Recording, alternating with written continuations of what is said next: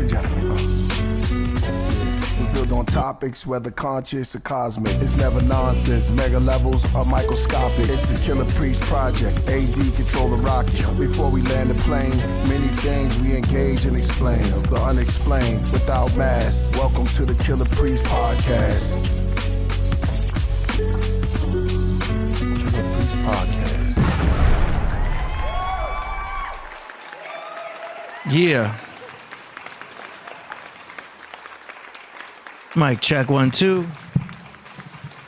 What's good? Welcome back, y'all, to the Killah Priest Podcraft. I'm your temporary host and engineer, AD Ross, holding it down for now. It's going to be a great show tonight. We got a couple great guests. We've got already set up right here the one and only master student in the house. Peace, master student. How are you? Not bad, not bad. How are you? All is well. All is truly well. Thank you for asking. Yes, sir. Gonna be a good show tonight. Got some great topics coming up in advance right here. People are still joining the room right now. Shout out to 99 Cam 1, Andromeda Miserables, SL Smith. Got some new people in the house tonight. Conscious Connect, Eric Ramsey. See, we got the numbers going up. Sozamania. Yeah. Oh man, it's gonna be cool. It's gonna be a good show. Priest is on a tour right now. He's at one of his tour spots. I'm always hesitant to give away exactly where he's at. I always prefer to let him reveal his location. But yeah, you guys will find out eventually where he's at. But he's doing his thing. He may also be joining us in the Zoom today also. So let me make sure he has that link right there. All right. Check 1 2. So, what's going on, master student? I'm just humbled, honored, and grateful to be in the building as always. Thank you so much for having me. Yeah, man. Absolutely. It's always a great presentation. The last one you did was really good. As I said before we started, I owe you a copy of the edited version of that because I definitely want to get that up because that was cool. So we'll definitely do that. But yeah, man. I think I have an even better one. And the only reason I say that is because I remember when I came to your studio. Mm-hmm. And I would like to say there was a very frisky feline that greeted me Yep. with teeth. Yeah. Yeah, he's all talk and no show. He doesn't really bite too hard.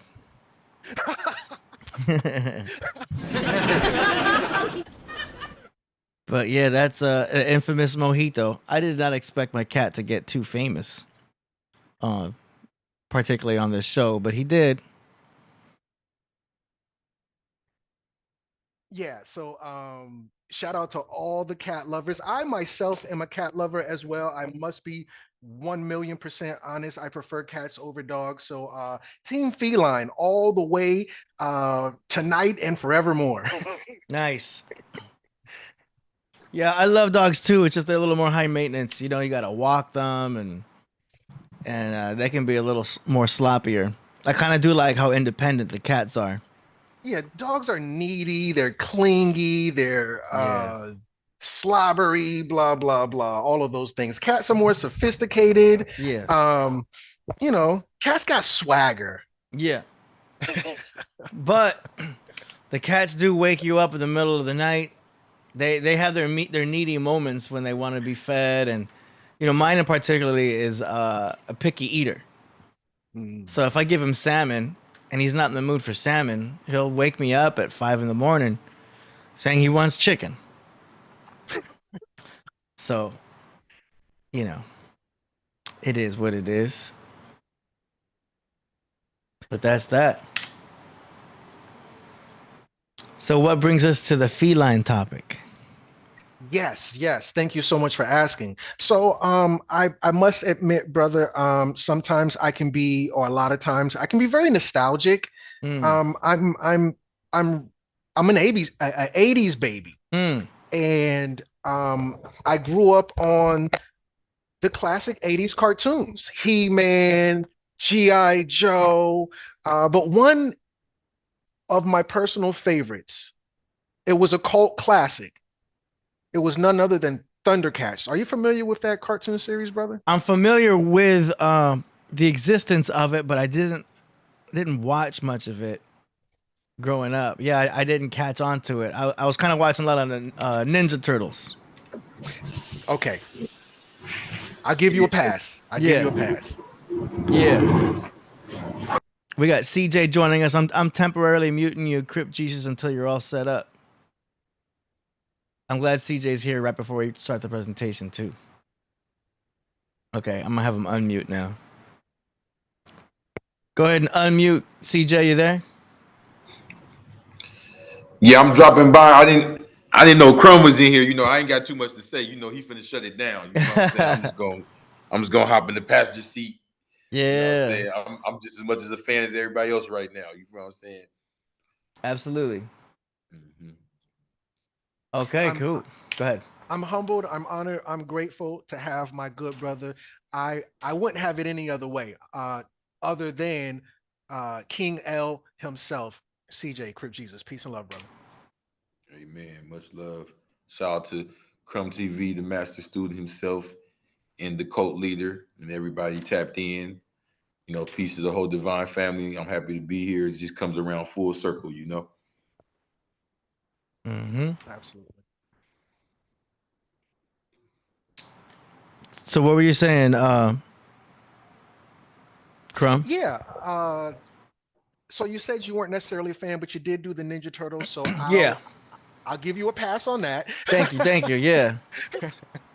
So what I wanted to do was to go over with the family uh, the intricacy of the cartoon Thundercats, because though it's probably one of my favorite, is it is of no exception.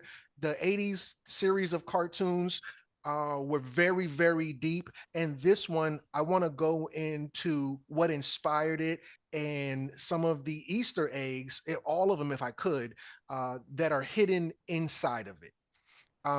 In particular, I want to go over how the Thundercats was based on a galactic story that may or may not be true, buyer beware, of the Lyrans. I have myself propagated that us humans, we are the reptilians. And if you want to go more onto that, then it's all on my YouTube channel, Crumb TV. But I must admit, I was in error. We technically are the reptilians, but we are second generation, Hmm. and we are actually the Lyrans, and the Lyrans was the story of the Thundercats as told through cartoons. And I want to go through tonight and break that down for the family. Nice. Okay. I'm gonna turn off my screen share and switch to yours. So I'm gonna turn mine off here, and now we're going to the screen share screen. And oh, I see you. Okay, 1 second. Okay, and I'll adjust it as we go for those at home. Okay, you may proceed. Okay, excellent. So, as I was saying, what I want to do here is paint a picture of the esoteric, maybe occult in some respect, origins of the cartoon Thundercats. So, Thundercats was based on the Lyrans, and if I had to guess, most of the family isn't particularly aware of the Lyrans. We know about the reptilians, we probably know about the Anunnaki, the Greys, so on and so forth, but the Lyrans may not be one of the most popular of the bunch. So I'll get right into it. Okay. this, oh, let me move my thing. Okay, here we go. The so-called creators of ThunderCats only created a few concept sketches and a logo and a show title, which was the ThunderCats. They told Leonard Starr, from here on out known as Leo, that they didn't know what it was going to be about and asked him to write something. Starr went home and wrote the whole ThunderCats Bible. Needless to say, they loved it. And they asked how he conceived it. He said he based it on an Egyptian type of motif and recreated it as sci-fi. Let me see, can I switch over? Give me just 1 second. I just want to make sure I'm facing the right way. Hit that button, this button, that button. Yeah. All right. So I should be good now. Mm-hmm. Yeah, needless to say, they loved it. And they asked where he got it from, and he told them the information I'm giving to you can be found on Lio Convoy, which is the YouTube channel right here. And it says, Icon, Leonard Starr's work in the 80s. Now, Leonard Starr is no longer with us. So his best friend and biggest fan and his master student, if I could even call him that, is the one who is telling this story. So now the friend says that Leonard said he got it from the Egyptian type of motif and recreated it as sci-fi. Leo always said that in addition to being listed as the show's head writer, he also should have had a credit as the show's head developer. His words, not mine. So the first episode was called Exodus. Now, in the Old Testament, the Exodus was the Hebrews leaving Egypt. And we can see that it was written by Leonard Starr. So artist Edward Poitner's depiction of the Israelites fleeing Egypt.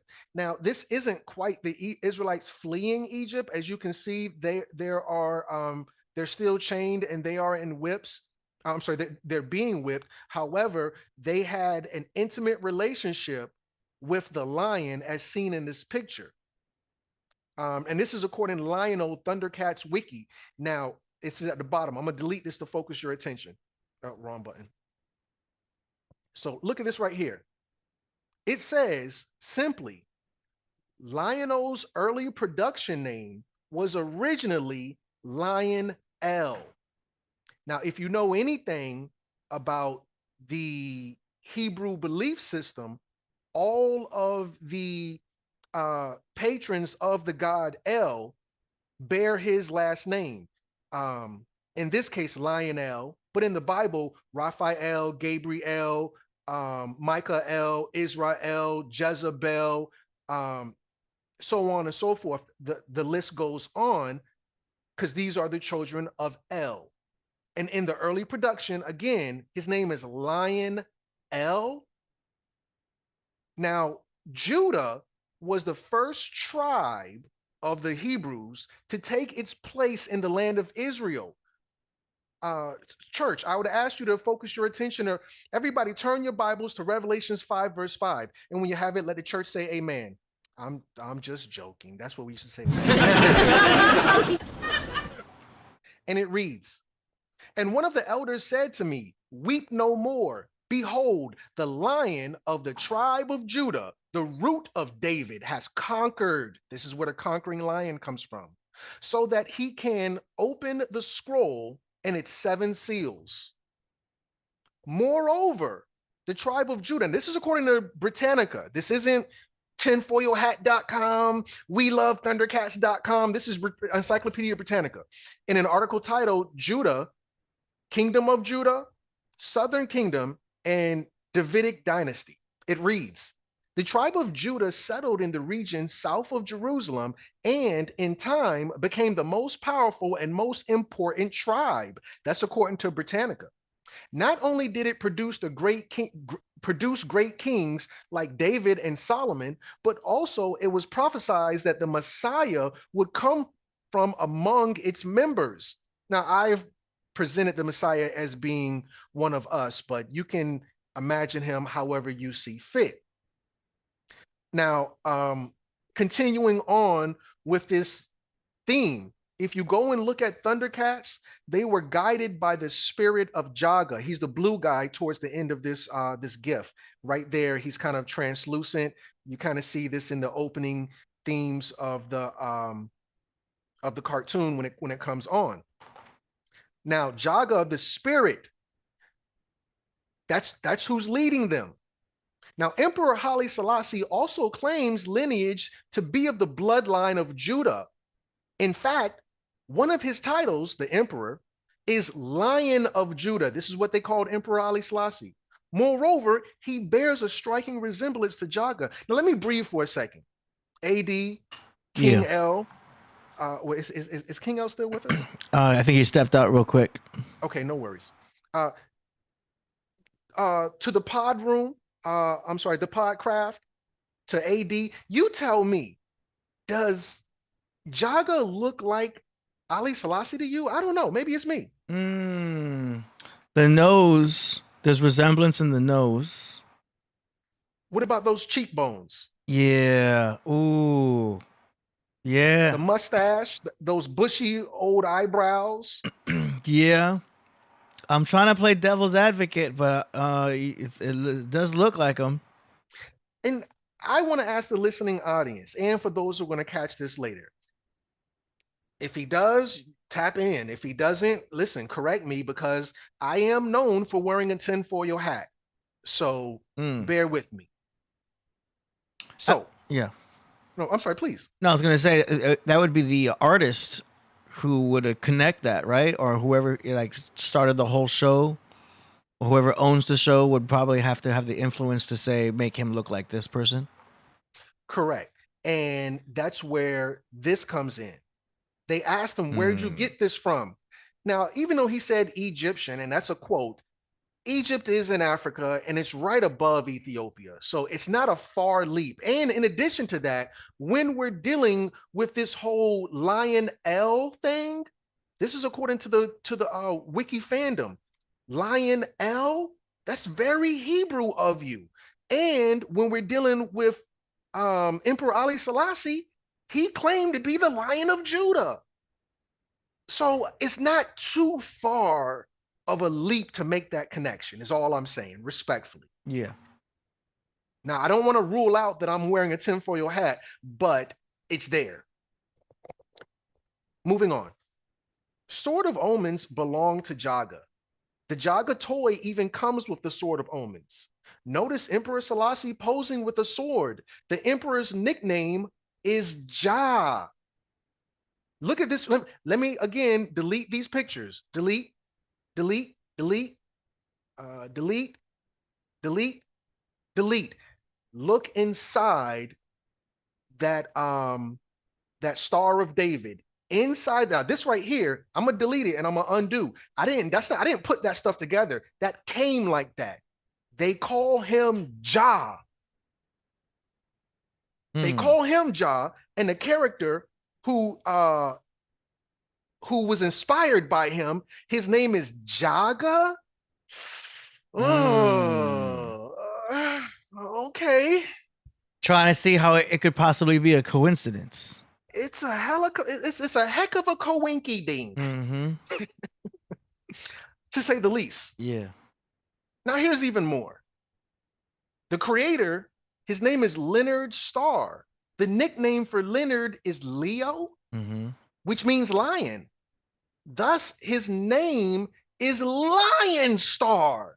You can't make this stuff up. You can't make this up. This is what some people were born for, the roles they played. It's no coinky dink that Amelia Earhart was a pilot. Hitler was known for violence. Some of these names, they just kind of fit the character. Yeah. I digress. That's true. There's a carnivore doctor, and his name is Paul Saladino. He has salad in his last name. Come on, somebody. It's weird, but he doesn't eat any vegetables. Everyone makes fun of him for that. So, the guy's name is Lion Star.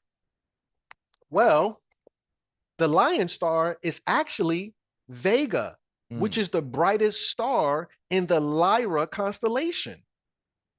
Lyra's symbol is the harp. Now, this suits them well as they are a peaceful people. This is according to legend. This is according to the mythos. You know, the Bible has its mythos. The different religions have their mythos. This is theirs. And you can see right here in the top right-hand corner is the Vega star. It's 1, 2, 3, 4, 5, 6. 6 stars. It's a very small constellation. It's a very small star system. And it's in the shape of a harp because we know music soothes the savage beast.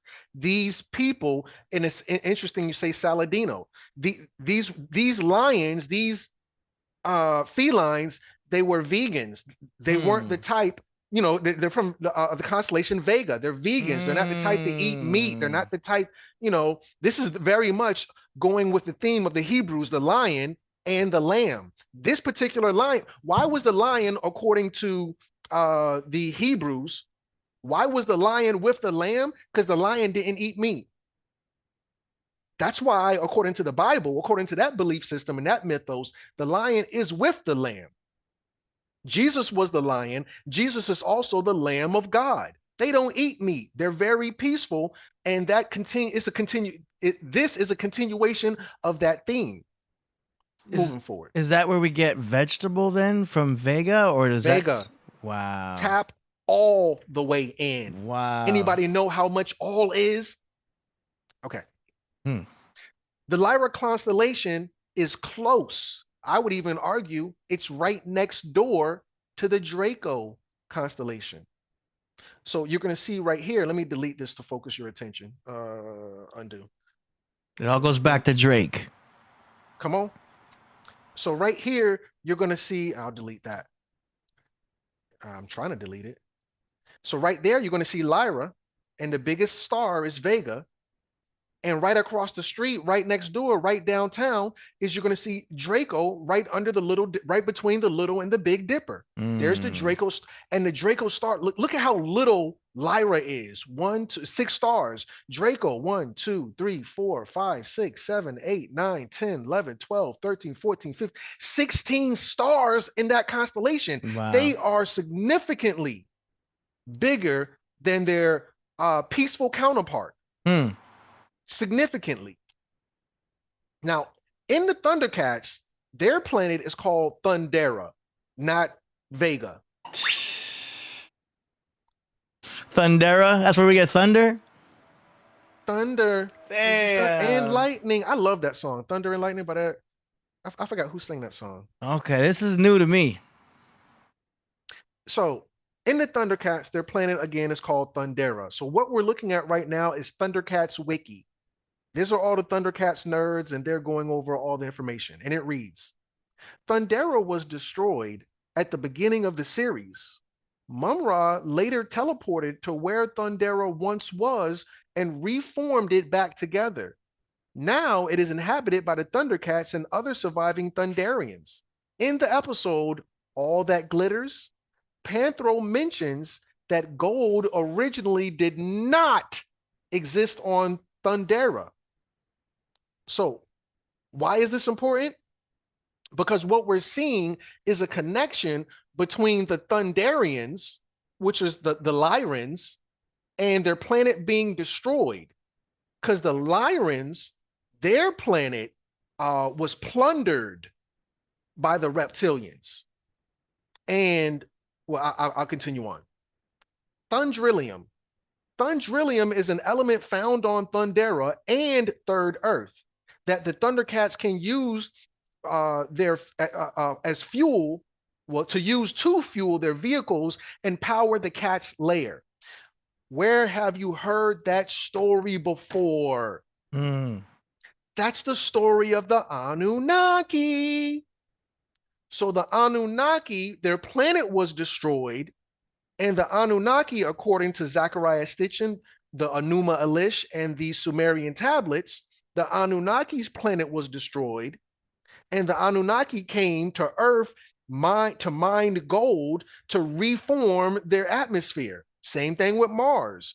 Mars doesn't have a sustainable atmosphere. And we know that gold is very reflective. That's going to protect from the harsh cosmic rays outside of our visible light spectrum. Overview. To process thunderium, it is melted down and poured. This usually takes place within the cat's lair, often overseen by Panthro and Tigra. So now they're melting down the gold. And this story is in line. This is amalgamation between the story of the Anunnaki and the Hebrew Exodus. Remember, the very first episode is called Exodus. It's a clear and obvious Hebrew Old Testament theme, Judean theme. So let's go to the book of Exodus, chapter 32, verse 19. It reads, as Moses approached the camp, because remember, he's talking to God for 40 days. He's up there for almost 2 months. He's up there for a long time talking to God. So finally, when he finally come back from the mountain and he saw the calf, as Moses approached the camp, when he finally come down from talking with the burning bush and saw the calf and the dancing, he burned with anger. Remember, Moses is not emotionally intelligent. Moses will explode on you.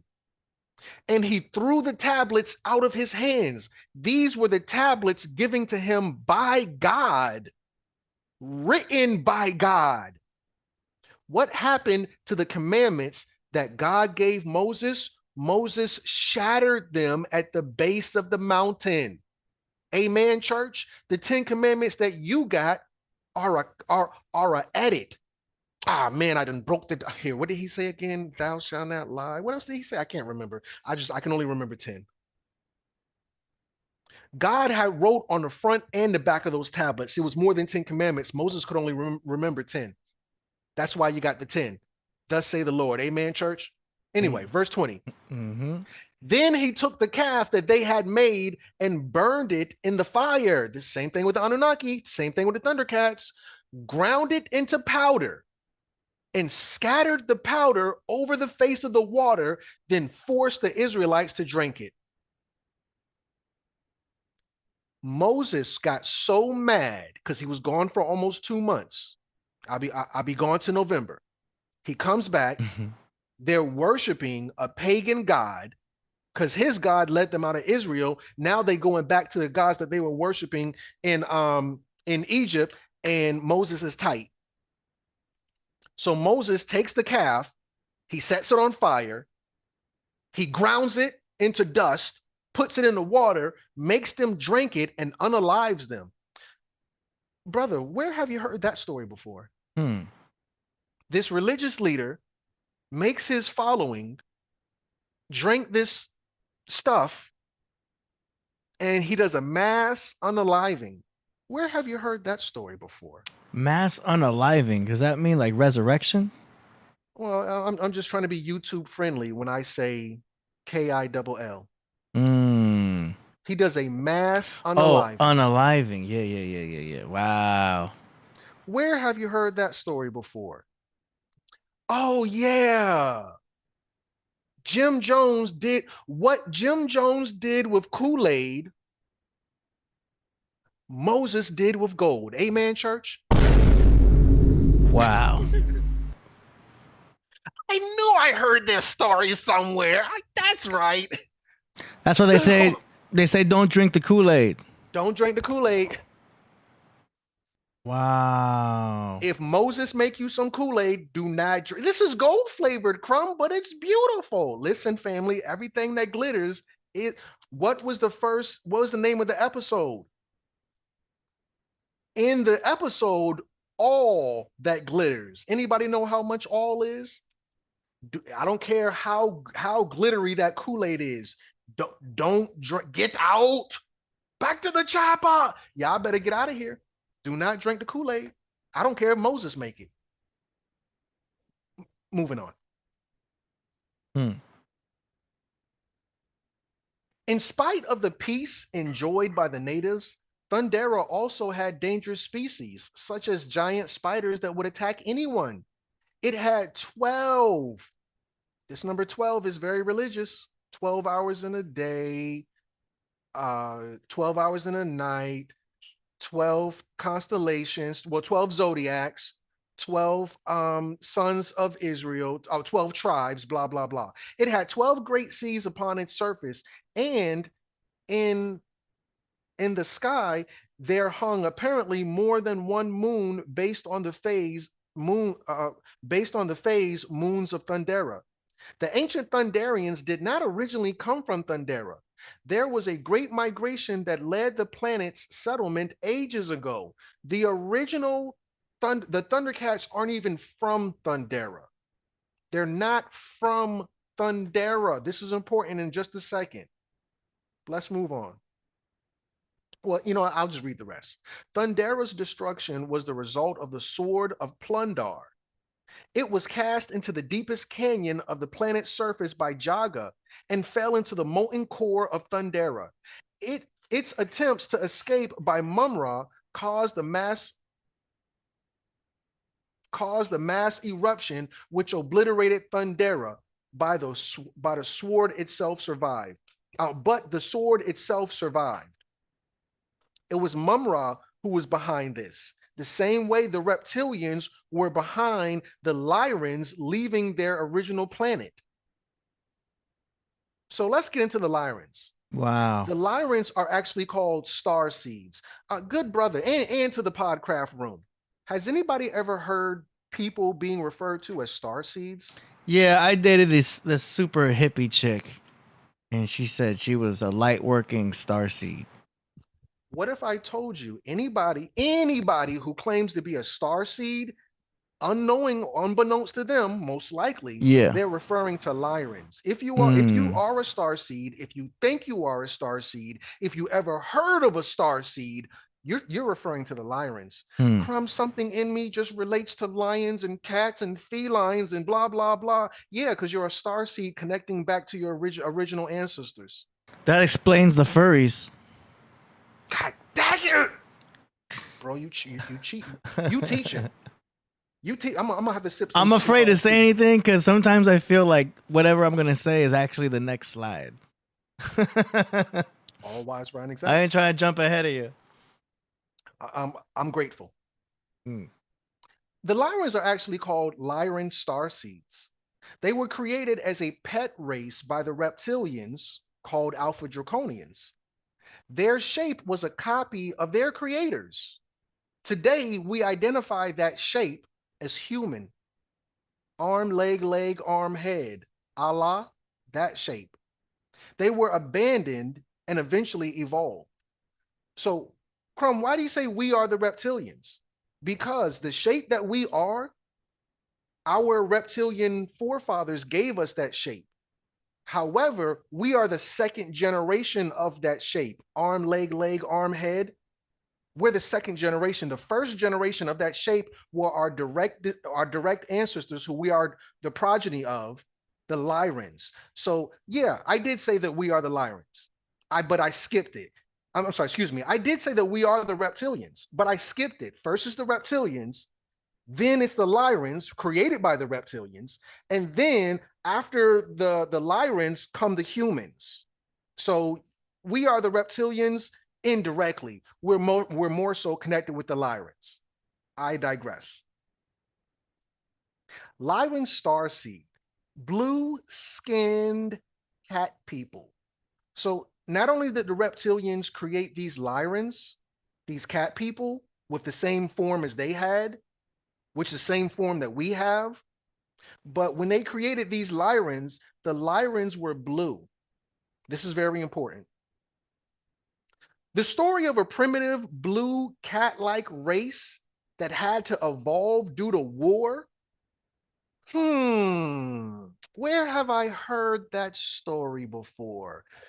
Oh yeah, that's right. I saw that in the movie Avatar. These blue-skinned cat-like people who had to evolve based on war. The LYRANS were pets who were left to their own demise, left to their own. I forgot what the term is, but they had to evolve. Yeah. This is the same thing as the movie Avatar. So let's try to confirm that. This is Wikipedia. At the beginning, the Na'vi were meant to be more alien in their looks. However, director James Cameron said that in the first drawing of the main character, Neytiri, she had fins, gills, and cat-like features. Obviously, the fins they threw in the trash, the gills they threw in the trash, but they kept those cat features. The species was changed to look more like humans. This is the same thing that Leonard or Leo Starr did. Leo Starr created that by taking an old story and recreating it under the guise of sci-fi. James Cameron did the same girl, same thing. Now, I was talking to Skynet, and if you don't know the joke, Skynet was the AI from Terminator. It's just called AI. I was talking to Skynet, and Skynet says, yes, the Na'vi from the movie Avatar are blue-tinged humanoids with cat-like features. They have 2 eyes, ears, arm, legs, and a nose and a mouth. Arm, leg, arm, head. Allah. This is brought to you by your reptilian overlords. And their expressions are similar to humans. But they do have, as you can see here with this little boy, they do have cat-like expressions as well, to where you're going to notice the Na'vi have the ability to hiss. So here's a picture. On the left, you see Neytiri. On the right, you see the LYRANS. When you're dealing with the ThunderCats, this is a story told by many others in addition to the ThunderCats. The felines, because remember, the Alpha Draconians, who you might know as the Anunnaki, who some might know as the dragons, who some might know simply as reptilians. They were the ones who created the LYRANS. The felines and reptilian genetic kinship can be seen in their eyes. It can also be seen in the glottis, the part of the vocal cords that enable the ability to hiss. The glottis is the same vocal cords that the Na'vi people had. The glottis is the same vocal cords that reptilians have, because reptilians hiss, crocodiles hiss, turtles, snakes. I don't think lizards hiss. I may be wrong. Somebody correct me if I'm wrong. But cats as well, they hiss. And the same slit pupil, the same slit pupil that you're going to see within the felines, the domesticated feline, you're going to see the exact same pupil in the reptilian. This is not by chance, folks. This is by design. I seen that in Mojito's eyes. Sometimes they'll go round, but sometimes they'll go into like a reptile type of look. It's crazy. It's crazy. I had to sip some tea to that. Yeah. Did I just hear a meow? Yeah, he's right here. Yeah, he's got the reptile eyes right there. Well, there you have it. I don't know if I can get it on screen, but yeah, y'all can see it. There it is. Eyes of a reptile. Teach. That's confirmation. And when he hisses, it sounds like a snake. Now, is it to mimic the snake rattle, or do actual snakes make that sound, that hissy sound with their mouth? Wow, and those eyes are green. Yeah. Wow. Okay. Yeah. Now, I just to be transparent, I'm not 100% sure, but yes, they both have that hissing ability. The details of that, my apologies, I'm not 100% sure about. Please forgive me. It's just crazy because the rattlesnake has that shaker in the back. Correct. Absolutely. And this is of no exception to the Thundercats. The Thundercats' close genetic relationship with Slyth, the reptilian, can be seen in their eyes as well. Up top, we see Panthro. I think the middle one is Lion-O. Next is Chitara, and last is Tigra. And they have those same slit eyes that Slyth, the reptilian, in the Thundercat theories. He's one of the antagonists, but he's an underling antagonist. He's not one of the big dogs. But nonetheless, you can see his eyes have that same shape as well. So you're gonna say, Crumb, the whole thing with us having cat ancestors is preposterous. And on its face, I would have to agree with you. But upon further research, I found this. In efforts to find safety, the LYRANS had to go down to the third dimension because the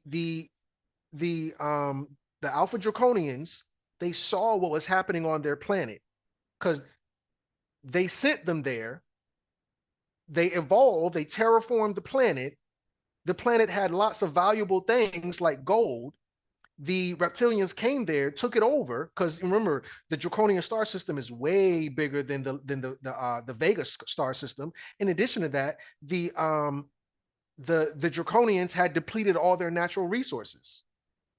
So they went over and plundered. Go back and look at the name of the sword. The name of the sword, highlighted in, I guess that's burgundy, and it's underlined. The sword of Plundar. They went to the Vegan star system and plundered their planet, so they had to flee. They had to leave. They had to seek refuge. They're refugees. This is no different than in a cartoon where there was a great exodus. In efforts to find safety, the LYRANS had to go down to the third dimension, which we call Third Earth in the Thundercats cartoon. This forced them to deactivate the lion's share, no pun intended. This forced them to deactivate, because they had to go down to the third dimension, to deactivate the lion's share of their activated DNA light codons, rendering them as hominids. Hominids are going to be the humanoid species right before Homo sapiens sapien. And it reads here, this is according to Business Insider. It says source genome research. This ain't ThunderCatsWiki.com. This is genome research. The genetic similarity between a human and a cat is 90%. That's crazy. You can't make this stuff up, brother. Genetic similarity. Yeah. Who knew? Well, we kind of should have already known. Why? This uncanny amalgamation between humans and lions, or maybe just felines, can be best seen in the Sphinx, which is the body of a lion and the head of a human. The ancestors kind of already put us on. This whole human-feline connection, I would say, is rather apparent when we look at when all things are considered, at the very least. I think that's fair. What say ye, brother? Is this something that intrigues you? This whole Sphinx? So with the Sphinx, what I saw it as, because a lot of times in ancient times they're celebrating their age, the age as far as the age that they're in. For example, we just came out of the age of Pisces. We had the Jesus fish on the back of people's cars. Yep. And then you have in age of Aries, they had the ram's horn. They blow the ram's horn. The age of Taurus, they would celebrate with the golden calf. You know what I mean? So what I kind of interpreted, and with other interpretations also, was that the Sphinx was representing a cusp between the age of Virgo and the age of Leo, because you know how they're right next to each other. So that cusp would be that with the face of a virgin, which was also interpreted as a pharaoh, and then the body of a lion representing Leo. So that transition from Leo into Virgo was making which is one of the many interpretations. As you know, there's so many interpretations for so many things. to represent the cusp of the two ages combining. Right. And we've heard these stories even in the Bible. So the Bible is, this is not theology when we're dealing with the Bible. When I'm dealing with the Bible, it's not theology. I deal with astrotheology. Yeah. I saw where you had Santos Bonacci on the platform as well, who is one of the vanguards of this ideology. Yeah. So now we're going to see the story of the Bible in retrograde. So the story of Adam and Eve is what zodiac sign?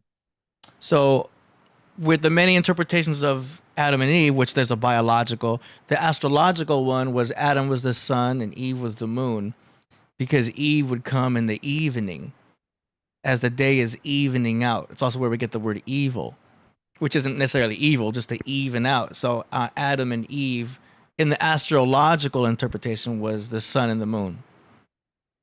Well, Go ahead. Well, according to Santos Bonacci, in terms of astrotheology, zodiac retrograde, Adam and Eve would be Gemini, the twin flame. Okay. 1-2. After Gemini, what come? Because we're going backwards. What's before Gemini? Taurus. Taurus, which is Noah. I got a breakdown on why Noah is Taurus. It's a little complicated, so I'm gonna skip that one. Before Taurus is what? Aries. So Aries is the ram. Aries is going to be represented by Moses. Moses comes down after the whole 10 Commandment thing. Yeah. Talking to the burning bush, he has horns. Yeah. That's why you see. That's why you see depictions of Abraham. I mean, of Moses with horns on his head. Correct. Yeah. There's that transition right there. Go ahead. Man. Mm-hmm. Yeah. Woo! Teach Muhammad. Yeah. Same thing. I mean, I'm not sure if you're already going there. I don't want to jump ahead of you, but the same thing is where we get the mermaid with Aquarius and Pisces. The transition of Aquarius to Pisces is half man, half fish. You on one. But then some will say, "Oh, mermaids actually exist," and blah blah blah. And that's okay if they think that. I don't know. Maybe they do, but from what I saw, it's these are all mythological creatures that represent astrology in some way. Right. So but go ahead. Before Aries is what? Pisces. So now you're going to have Adam and Eve, Noah, Moses. Pisces is Jesus. Mm-hmm. Jesus said, "I will be with you, but only until the end of the age." Mm-hmm. This is in the Bible. Yeah. And an age is also called a house, a zodiac house. Mm-hmm. So this is right before the final supper, the last supper. Mm-hmm. So the 12 disciples like, where should we go? He says, follow the man who's carrying a pitcher of water into the house that he goes into. Mm-hmm. Who's the man with the pitcher of water? Aquarius. Which is where Jesus we're at. Told you, mm-hmm. which is where we're at now. Amen, mm-hmm. church. But yes, so what we're seeing here is a time stamp. Mm-hmm. The dawn of the Lyran human amalgamation comes on the cusp of Leo. This is when all of this takes place. So yes, you are all wise, right, exact. Do you know when the age of Pisces ended? What, in terms of right now? Yeah. Some say 2012 according to the Mayan calendar. Yeah. The Aztec calendar, excuse me. Yes, mm-hmm. sir. And the child sacrifice, the unaliving, was Trayvon Martin, and we were all forced to see his body. They didn't. Go back and look at Sandy Hook. They didn't show no children's body. They showed that boy's body as once you put your eyes on that body, you were initiated. Because remember, the Aztecs, the Mayans, they dealt with sacrifice. They were really big on that. Yeah, I can't even go there. I won't go there either. That's crazy. But some will also debate on the calendars and talk about, well, the calendar's off by 8 years and the actual end was 2020. And we all know what happened in 2020. Y2K scare? Well, that was 2000. Oh, 2020. I'm sorry. So some were saying that that calendar's actually 8 years off based on, following moon calendars compared to you know, the Julian calendar. Right. But Going from that's a topic of debate. People talk about Sure. that. Yeah, that the end of the age was actually 2020. Right, But right, right. who knows?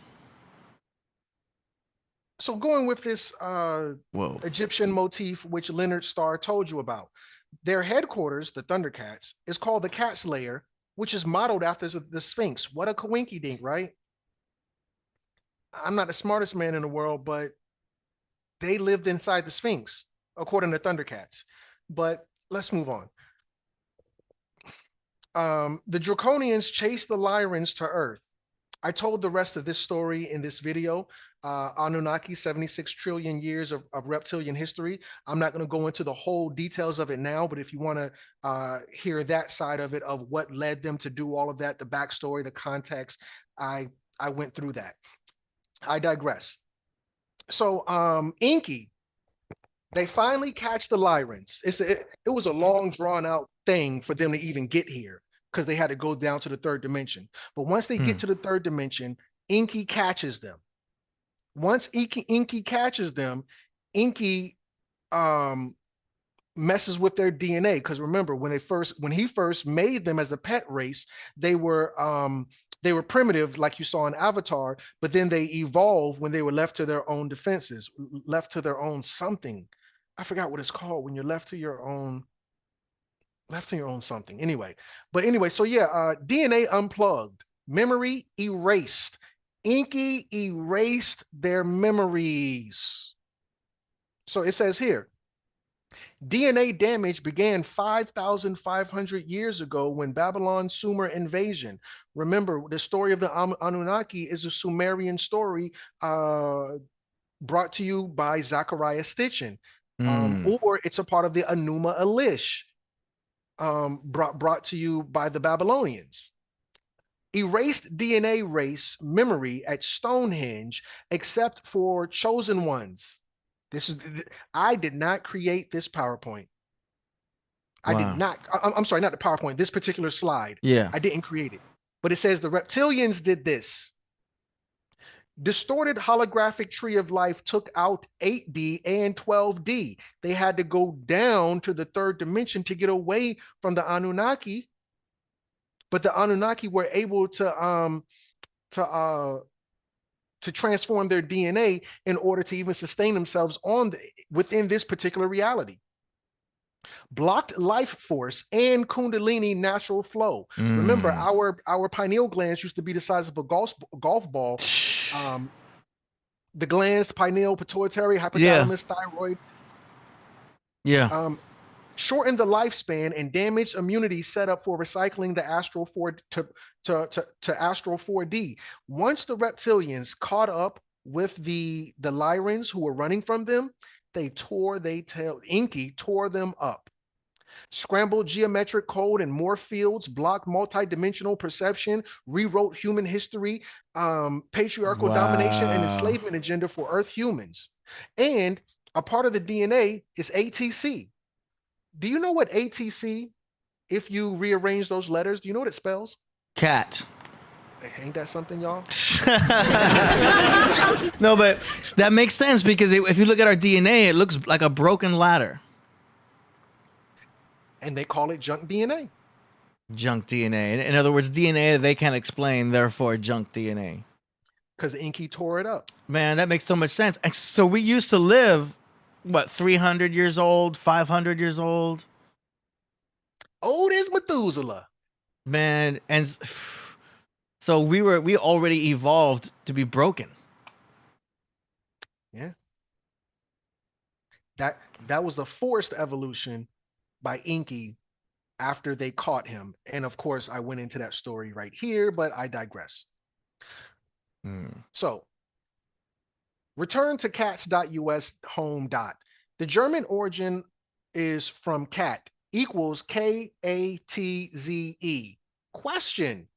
I was told that cats is the oldest surname, and that the source for this fact is one of your publications. Is this true? And is it in one of your books? Answer. Yes, it is true. We printed this fact on April 15th, 1925, and in Ripley's first hardcover book, Ripley's Believe It or Not. And I quote, "The oldest surname in the world is Cats. Initially one of two words, Cohen Sedek." I really wish Crip Jesus was here. Me, Crip Jesus, and MOY, and my grammar's wrong. MOY, Crip Jesus, and I. We did a video on Sedek. Crip Jesus blacked out in that video. Crip Jesus, the Minister of Information, and myself did a video on this word alone, Sedek. Crip Jesus blacked out. He spazzed. Because that name is very deep. And of course, we won't go over it today, but I digress. Every Cats is a priest descending in an unborn line from Aaron, the brother of Moses, 1300 BC, book 1. Thank you for visiting us at Ripley's Believe It or Not. This is the oldest name, Cats. Interesting. I mean, it's also interesting in the 1920s and 1930s during the jazz era, the jazz musicians would refer to each other as cats. Come on. And it was part of an African American vernacular in the jazz and blues communities. Like a musical respect. The musicians would refer to each other as cats. Like, yo, he's a cool cat. Yo, check out this cat right here. This is an older cat. But it was mostly popular in the jazz scene. There would be the bass player, piano player, whatever, saxophone. Yeah, Cat Daddy and things like that. There it is. So this goes deep and there's a lot more here, but for the sake of time, I'm going to continue on, if that's okay. Yes, for sure. Thank you. So the Alpha Draconians were the first race in our galaxy to have interstellar space travel. When they discovered that the Lyrans had evolved and terraformed the Lyra star system with all its natural resources, the Draconians wanted to conquer it because their planet on the Draco star system were barren. This is the story of the Anunnaki. The Alpha Draconians were technologically advanced. They used their superior weaponry to easily wipe out the Lyrans. Go back and watch Avatar. The first one, all of it. In Avatar, the invaders were technically advanced and wanted to take their Crumb. Where have I heard that story before, Crumb? Right. In the movie Avatar, it was somewhat based on the Lyrans, as this cat-like people were a primitive race that had to fight a technologically advanced nemesis. You can't make this stuff up. The colonizers in Avatar represented the Draconians. However, instead of gold, in the movie Avatar, they wanted unobtainium. Talk about an omen. I wonder, do they obtain it in the end of the movie? It seems unobtainable with that name. Amen. Wow. Very unobtainable. So let me just check something real quick. Let me just 2 seconds. What a strange name. It's the writers, man. It's all these movies. You're dealing with the writers and what's in their minds. Right. Almost ready. Unobtainium.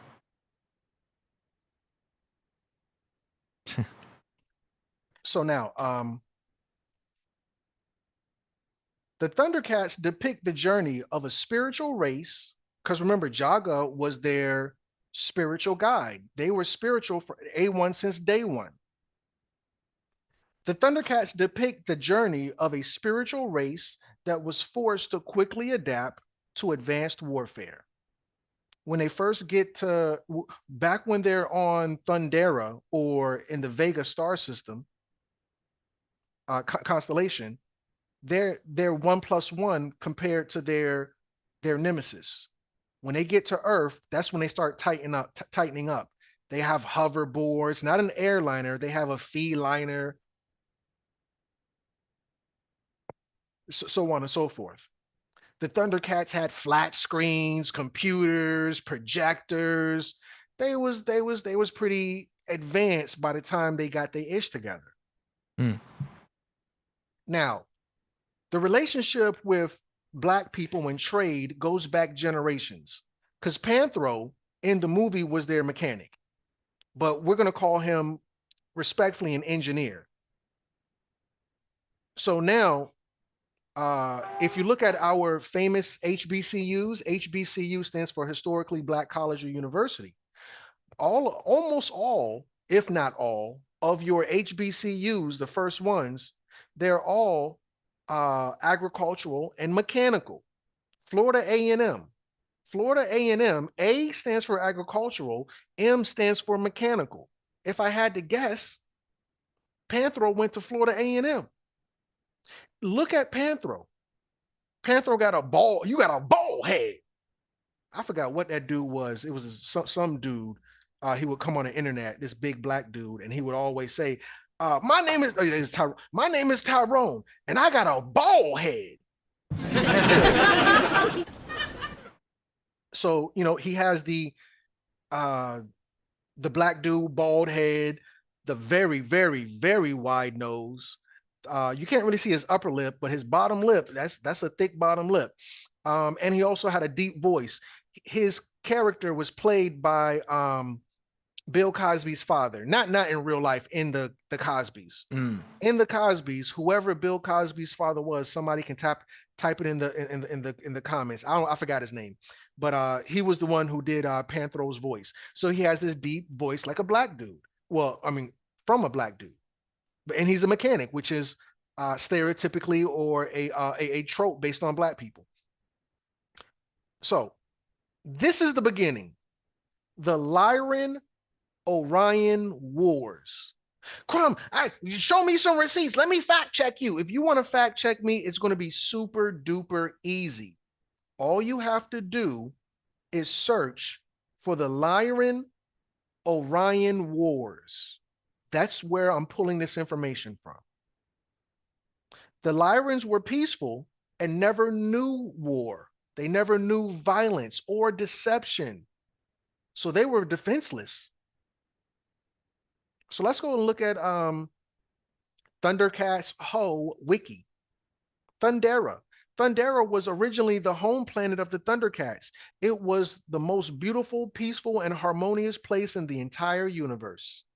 Unfortunately, it exploded one day, and the Thundercats were the only inhabitants to escape from it. Jaga, the oldest Thundercat, perished in the explosion and now exists as a ghost. This is, and it says appearances, Exodus part 1, as you can see right there. So this is their exodus because their planet is destroyed. This is no different than the Lyrans, who had a beautiful planet because they didn't know war. Same thing with the Avatar. They had a beautiful planet and they didn't know war. And then the technologically savvy Nemesis comes along and changes everything. The Draconians ambushed and annihilated several of 14 planets in the Lyran system.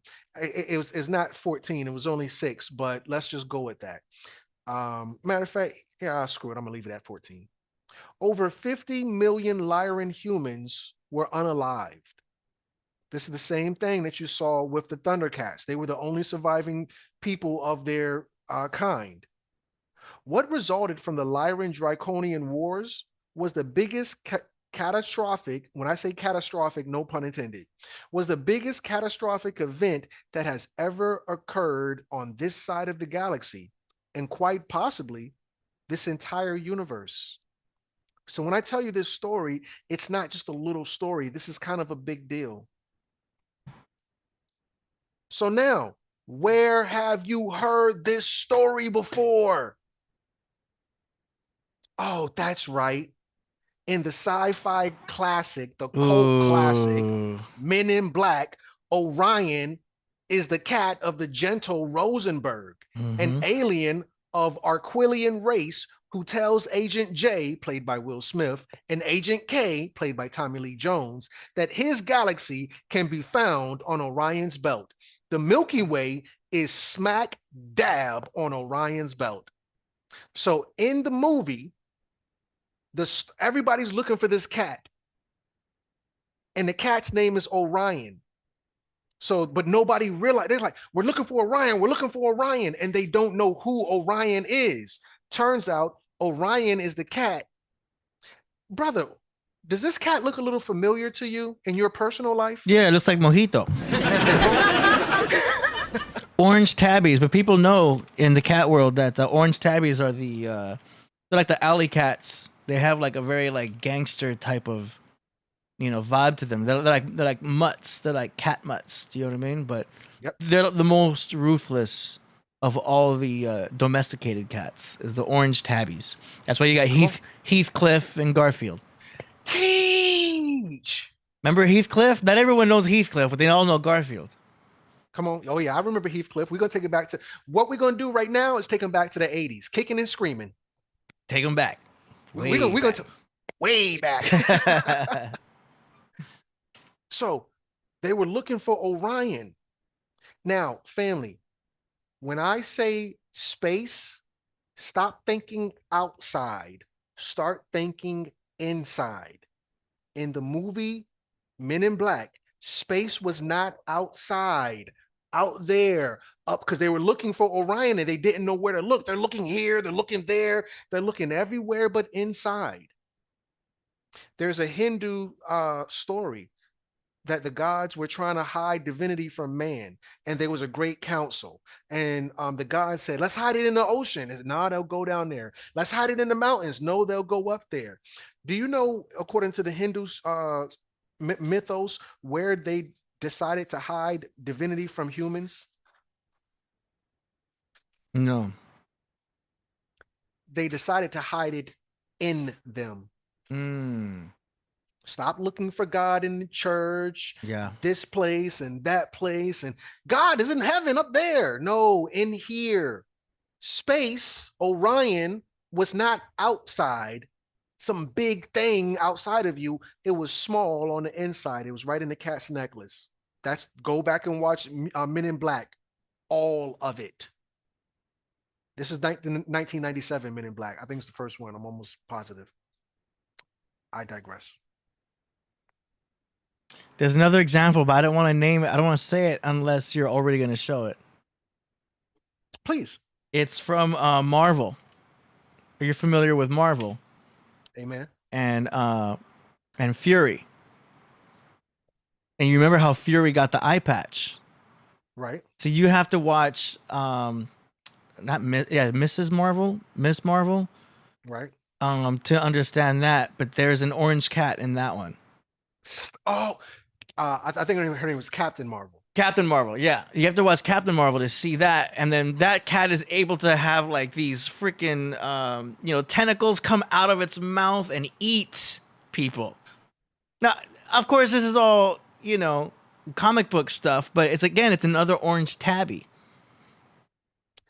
You ever heard the saying, "A lot of truth is said in jest"? Yeah. There's this mythos that the galactic overlords have made contact with our planet. This goes in line with what's that city in New Mexico that had the alien crash? Oh yeah. Gosh, they're gonna get it right in the chat real quick. Yes, somebody in the chat. What's the name of that city in New Mexico where the aliens crashed at? I can't remember it. Roswell. Thank you so much. Yeah. So sometime around then, maybe earlier, I don't know. But once we made contact with our alien overlords, our reptilian overlords, the Draconian Council, the Greys, said, were they the Greys? The Greys were created by the reptilians. Gotcha. As a slave race, not a pet race, but a slave race. So now the reptilians, I'm sorry, the Draconian Council, they tell humans, hey, listen, you got to tell people about us. So humans, as clever, well, our leadership, as clever as they want to be, they say, fine, we'll tell them. But here's the rule. There's no particular way you have to tell them. You can tell them any way you want. This is the dawn of the sci-fi genre. Go back and look it up. A lot of people will tell you it was, I can't remember the guy's name, the guy who brought you the Kalufu. Kalufu. The Kalufu. Somebody in the audience knows what I'm talking about. The guy who brought you that what was that story? That movie? Lovecraft. H.P. Lovecraft. Hmm. So H.P. Lovecraft is considered the original creator of the sci-fi genre. But after H.P. Lovecraft comes the Roswell craft. After the Roswell craft, the government kicks off a new genre called sci-fi. Sci-fi wasn't around until the Roswell class, and this is probably the conspiracy theory that fuels it. But some people say the reason sci-fi came out was because of the Draconian Council told the humanoids, the humans, that you have to tell the humans about us, but you can tell them any way you want. This was the birth of Hollywood telling us stories to get the truth out without causing public panic. Remember, I think something like 80 to 75 to 80% of all movies get sent through the DOD, which is none other than the Department of Defense. They go through the Department of Defense to get green lighted before being released to the public, so that they can make sure that they release a little bit of truth without causing public panic, but not too much to where it's overt. Which is why they took Matrix and Terminator away from Sophia Stewart so they can have more control over it and they wouldn't read her book. Matrix and Terminator were not fictional. It was a documentary. But they stole it from her from that so they can keep the control. Amen. You can't make this stuff up. Alas, this is according to ThunderCats Hope.fandom wiki. Alas, the power of the sword was too great and could not be contained. It caused a series of cataclysmic events, which eventually led to the destruction of Thundera. Most of the ThunderCats and many Thunderians managed to escape the planet before it exploded. Many centuries later, the planet miraculously started reforming and became New Thundera. It was the attack by the Draconians that forced the LYRANS to evacuate their survivors from their planet. They became stray cats. It's funny that you said the orange tabby is an alley cat. These were your stray cats. This is what forced them to develop weapons.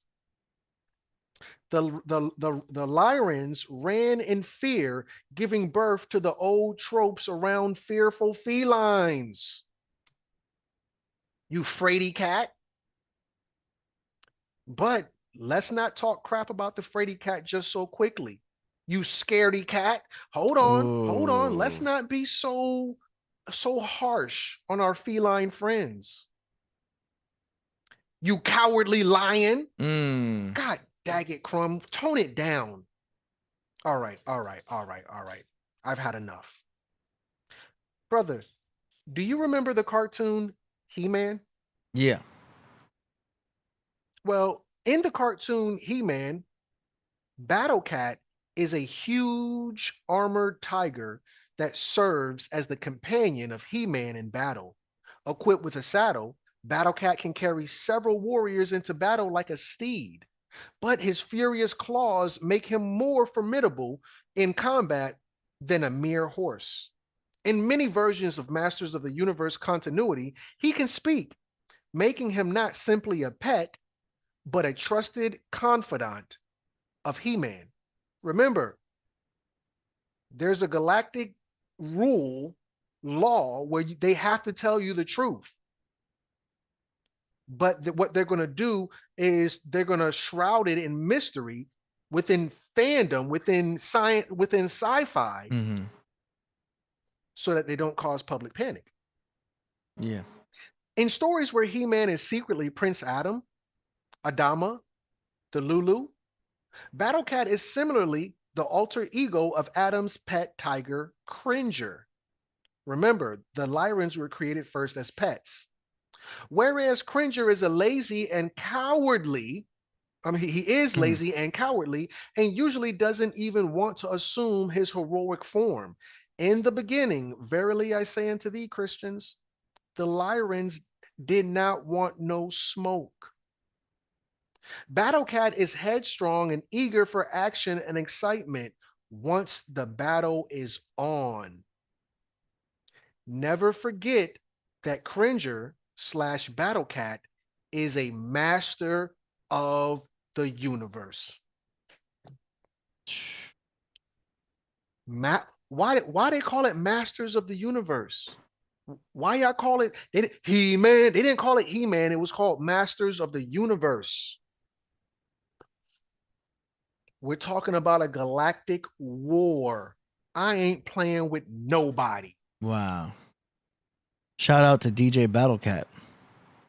Shout out to DJ Battlecat. Teach Muhammad. This new spirit to fight the invaders with feline energy was channeled by our Native American ancestors. But over here, there are no lions, so they channeled the spirit of the jaguar. You can see, let me focus your attention. When they went into battle, they channeled the energy of the feline who was not prepared, who was primitive, who wasn't technologically savvy, but still went in. So now you can look to the right. It says ThunderCats, Battle of the Planets. The ThunderCats finally get some backbone. And once they start fighting, that's when you see a real battle take place. So the Draconians would come through the sentient avatar. This is in the cartoon. The Draconians in the cartoon ThunderCats, because remember, how did the Lyrans get down here? They had to compromise their DNA to get down to third Earth or the third dimension. The Draconians would come through because they followed them. How did they follow them? The Draconians would come through the sentient avatar called Mumra via Kundalini serpent energy, via Kundalini reptilian energy, via Kundalini draconian energy. The way that, brother, you and me, how do we get onto YouTube? We get onto YouTube by creating an avatar.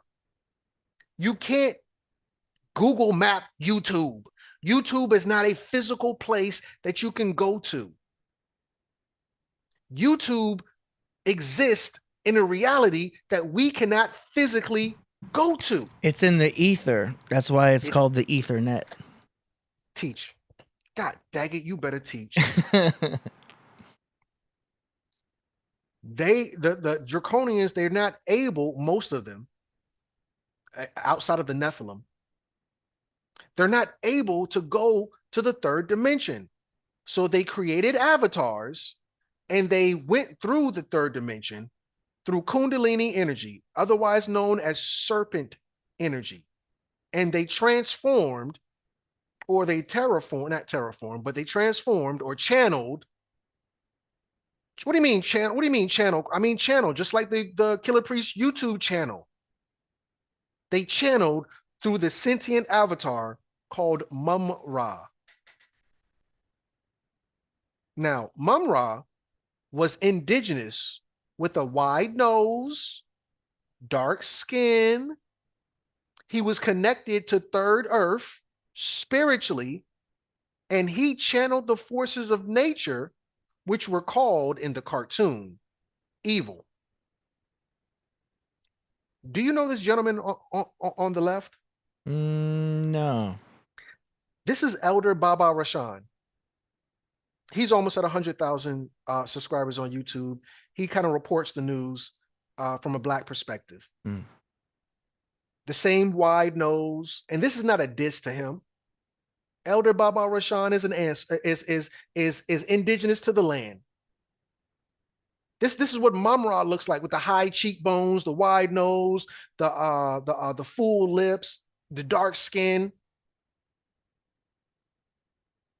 Mum-Ra was indigenous to the land, looked like Elder Baba Rashan. Y'all better talk black to me.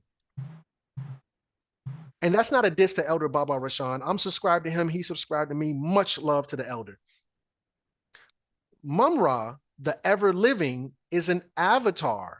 He's a mummy. He's an avatar. The ancient ones set up to protect Third Earth against, I don't know why I have against twice, against the colonizers and anything else for eternity.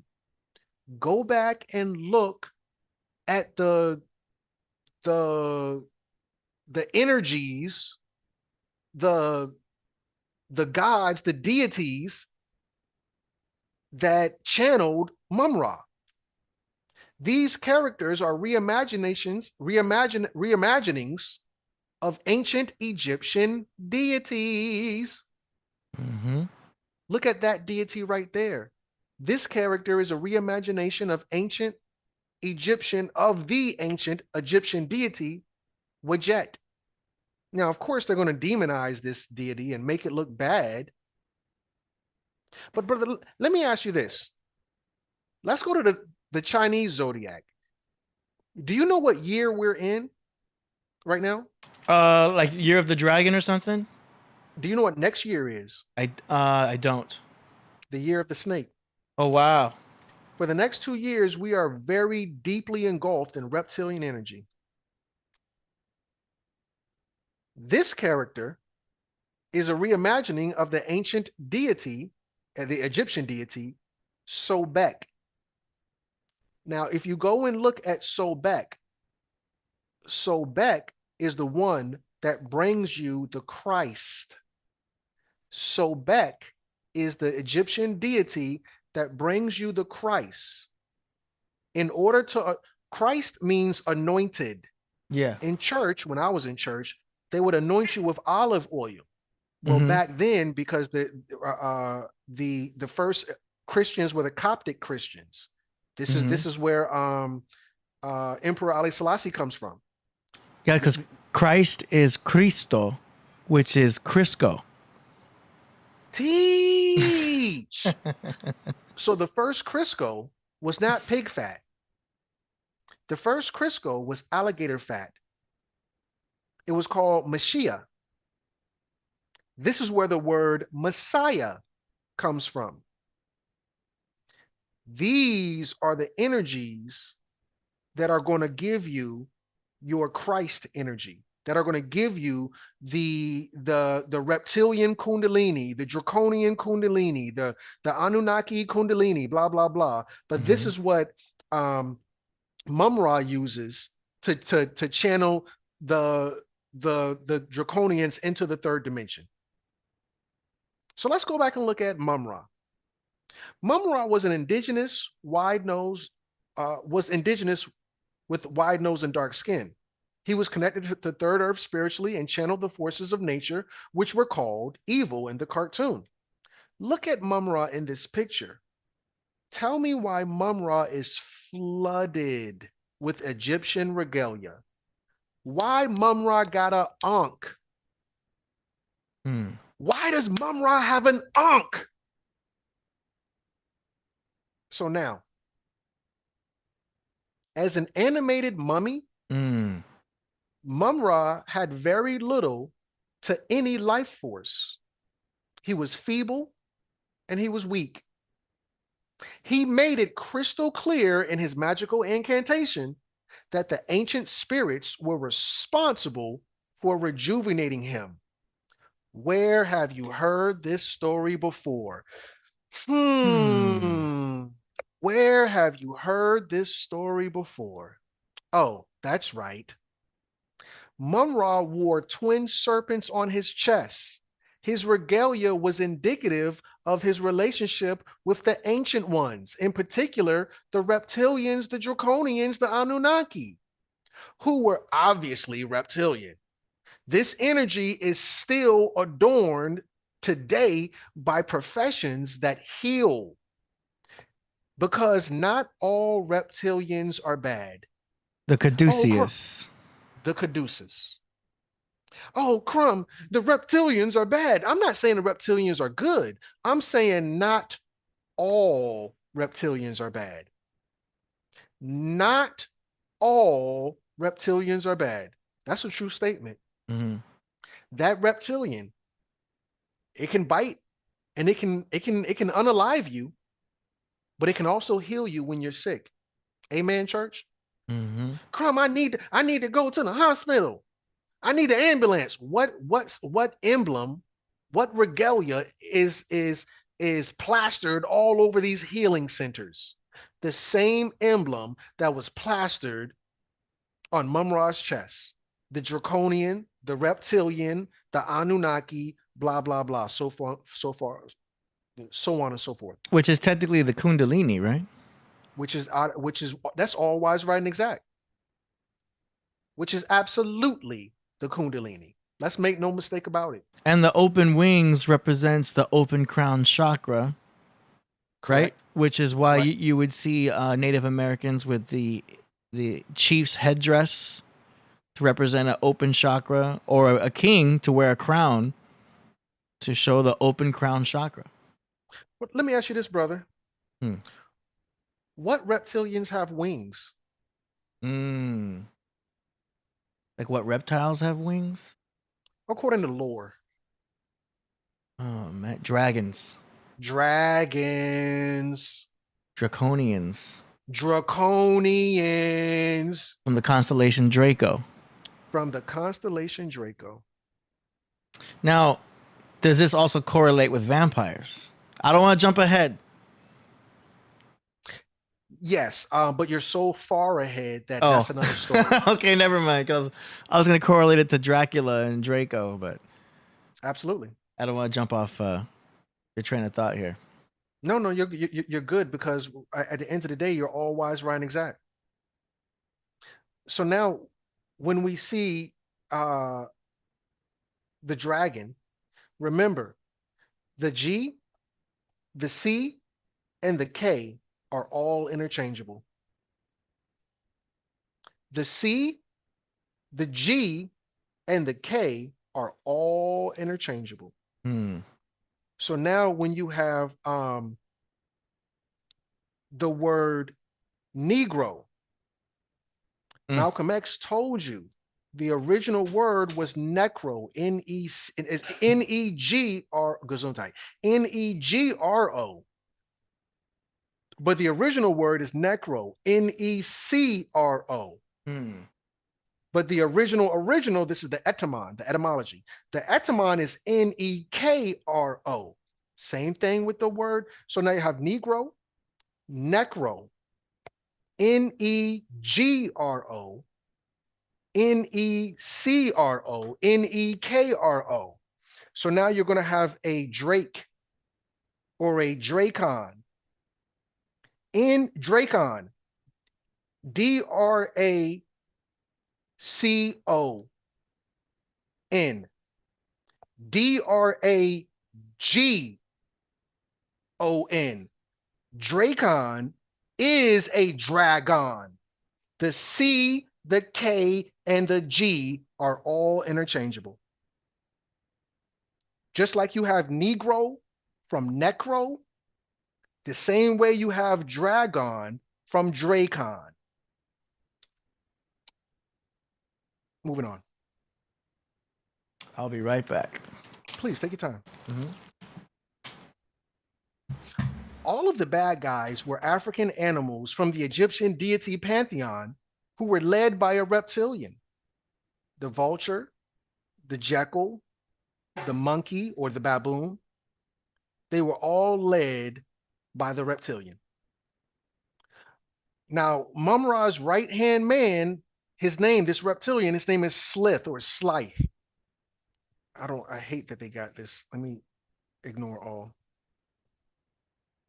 Of the henchmen, the reptilian is, now Mum-Ra is channeling reptilian energy, and his right-hand man, out of all of them that he could be working with, his right-hand man is Slythe. Slythe is a reptilian and is possibly close to Mum-Ra because Mum-Ra uses Kundalini power. He is wearing an amulet over his third eye. So that amulet, remember, it should be purple. No, no, no. Can somebody tell me what is the color of the crown chakra? No, not crown. What is the color of the third eye chakra? Hold on, it's Roy G. Biv. Red, orange, yellow, Roy. Red, orange, yellow, G. Green, Biv. Blue, indigo, violet. Indigo. That should be indigo, but it's really red, reflecting his root chakra. Mum-Ra also, he has the wings. Look right here, family. Let me delete this to focus your attention. Dag nabbit, come on, European Jesus. Look right there. You see the wings at the top? You see the wings at the top. Undo, undo, undo. Mum-Ra got the wings at the top. Mum-Ra recognized that reptilian energy. The Draconian Lyran War waged on for eons, and it had to be stopped. There was a great marriage that marked the historic truce. The great cat, Bastet, subdues the serpent, Apep, by cutting off his head with her sacred blade. The connection between the reptilian and the feline has been carried on for a very long time. The relationship between the cat, the relationship between the feline and the reptilian is age old. I'm only pointing out something that you've seen a bunch of times, but you probably just never caught it. So let's continue on. A draconian prince, Enki, married a Lyran princess, Bastet. Now, Ptah is green because Ptah is reptilian. Ptah is green because he is reptilian. This is according to homework.study.com. Question: who is Enki in the Egyptian mythology system? Answer and explanation: Enki is actually the Sumerian deity of creation, water, knowledge, and crafts, and not an Egyptian god. However, his equivalent is in ancient Egypt would have been Ptah. Ptah is believed to have existed before creation. Enki existed before creation. Enki was the one who genetically altered the DNA of the Lyrans to bring the Homo sapiens of the hominids, to bring the Homo sapien sapien, and is first seen in recorded hieroglyphs from the very first dynasty. The draconian prince, Enki, married the Lyran princess, Bastet. Ptah married Bastet. This is according to study.com in an article titled Anubis and Bastet. Bastet is said, let me delete this, to have married Ptah. The connection between the reptilian and the feline is age old. He was the god of craftsmanship and architecture. Bastet is also said to be the mother of Nefertum, which is not necessarily important, but there you have it. This is according to intuitivemind.org in an article titled Exploring the Mystery of the Blue Feline Star Beings. the blue feline star beings.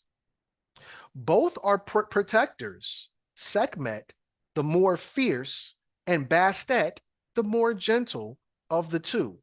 Again, they come from the most ancient of lineages, the Lyra. I'm sorry, the ancient lineages of Lyra. My point is, I'm not just making this up. It's not just me saying this. When I tell you the Draconian War had gone on for ages, eons rather, they had to have a holy marriage, not a holy marriage, a royal marriage to end the war. So you're going to get a green reptilian marrying a Lyran, a humanoid Lyran, looking like the daggone Sphinx, but backwards. The Sphinx has the head of a human, body of a lion. Bastet had the head of a lion, body of a human. Eventually, Bastet and Sekhmet were characterized as two aspects of the same goddess. Same girl, with Sekhmet representing the powerful warrior and the protector aspect, and Bastet, who increasingly was depicted as a cat representing a gentler aspect. Just in case Inky start to pop fly, I'm going to wax this reptilian. If Inky pop fly, I got something for him. But if Inky play by the rules, you're going to get the gentle girl. But she can be a strong, independent woman. She can crack your head to the white meat, your big head, or she can rub your small head to the white juice. I'm being immature. Bear with me.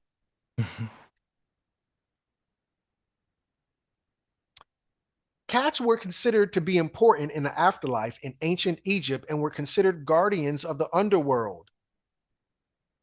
She's the guardian. Sekhmet and Bastet represent two sides of the same dual nature, one for life, one for the unlive. Woke up this morning. Let me focus your attention. This scared, I'm not one to even talk about I'm being a fraidy cat. Woke up this morning and found my cats guarding my basement like this. Family, I would have had to get rid of them cats. No, that's interesting. Go find something down there. Something is down there. These cats are telling you, this isn't just a cute meme. Those cats are trying to tell you something, sir. People under the stairs, reptilians down there, I don't know. It's time to buy a new house. Mm-hmm. It's time to get out of here. I digress. Or they just got to sage it down there. Okay. Sage the house. If you ever move into a new place, you want to sage it. And that's not woo-woo. Oh, right. You always want to sage it because it just cleanses the air and gets rid of any, etherical smudge that might be. There's a better term for it, but it just scientifically cleans the air out. It's like a smoke. Amen. You know what sage is. Yes, I do. Yeah, that stuff it's amazingly powerful. Especially if you can't sleep. You know how you're tossing and turning. If you sage at your bedroom, you'd be amazed how you'll just pass right out after.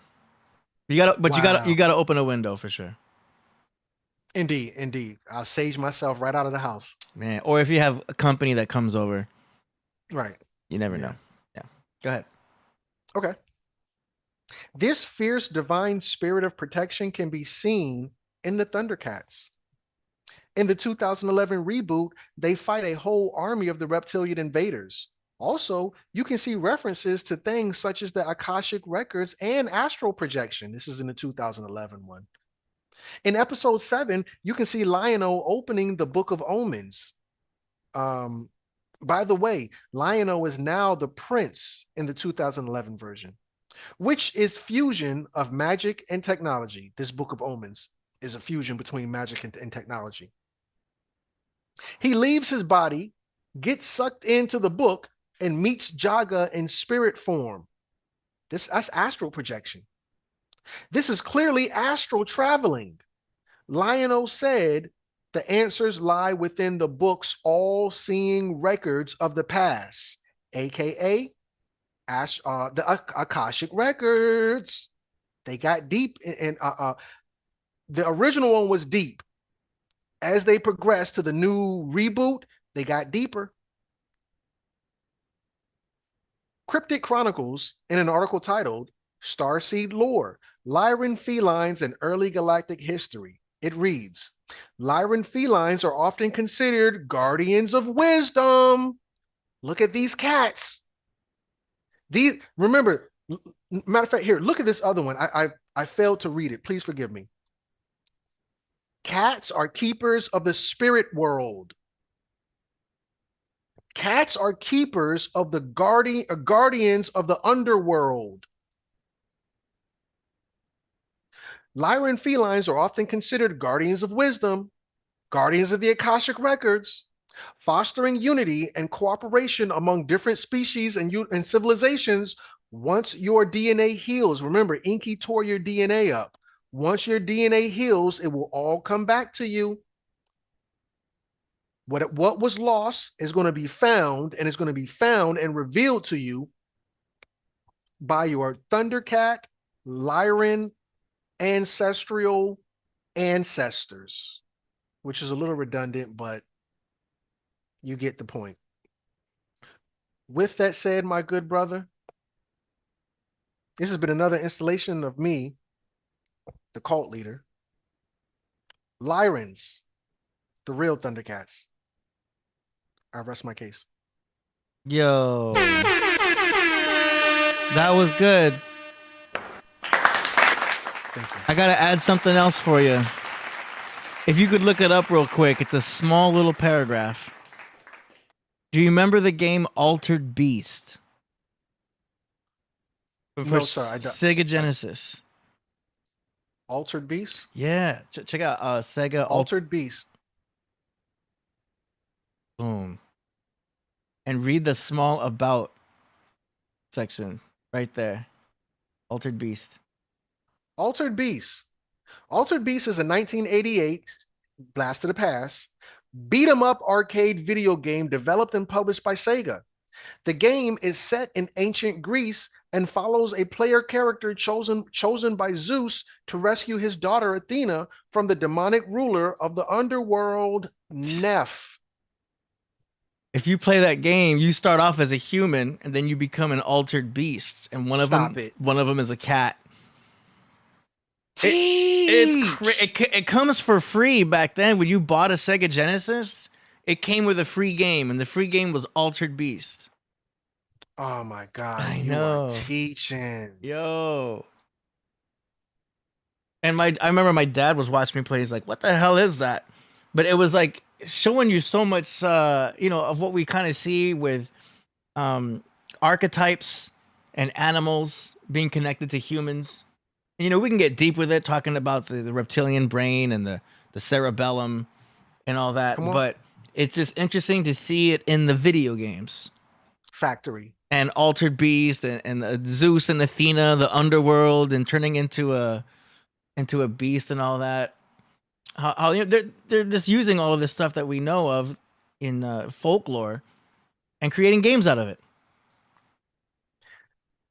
There is nothing new under the sun. Absolutely nothing. Yeah. I seen somebody in the comments. They also commented by saying,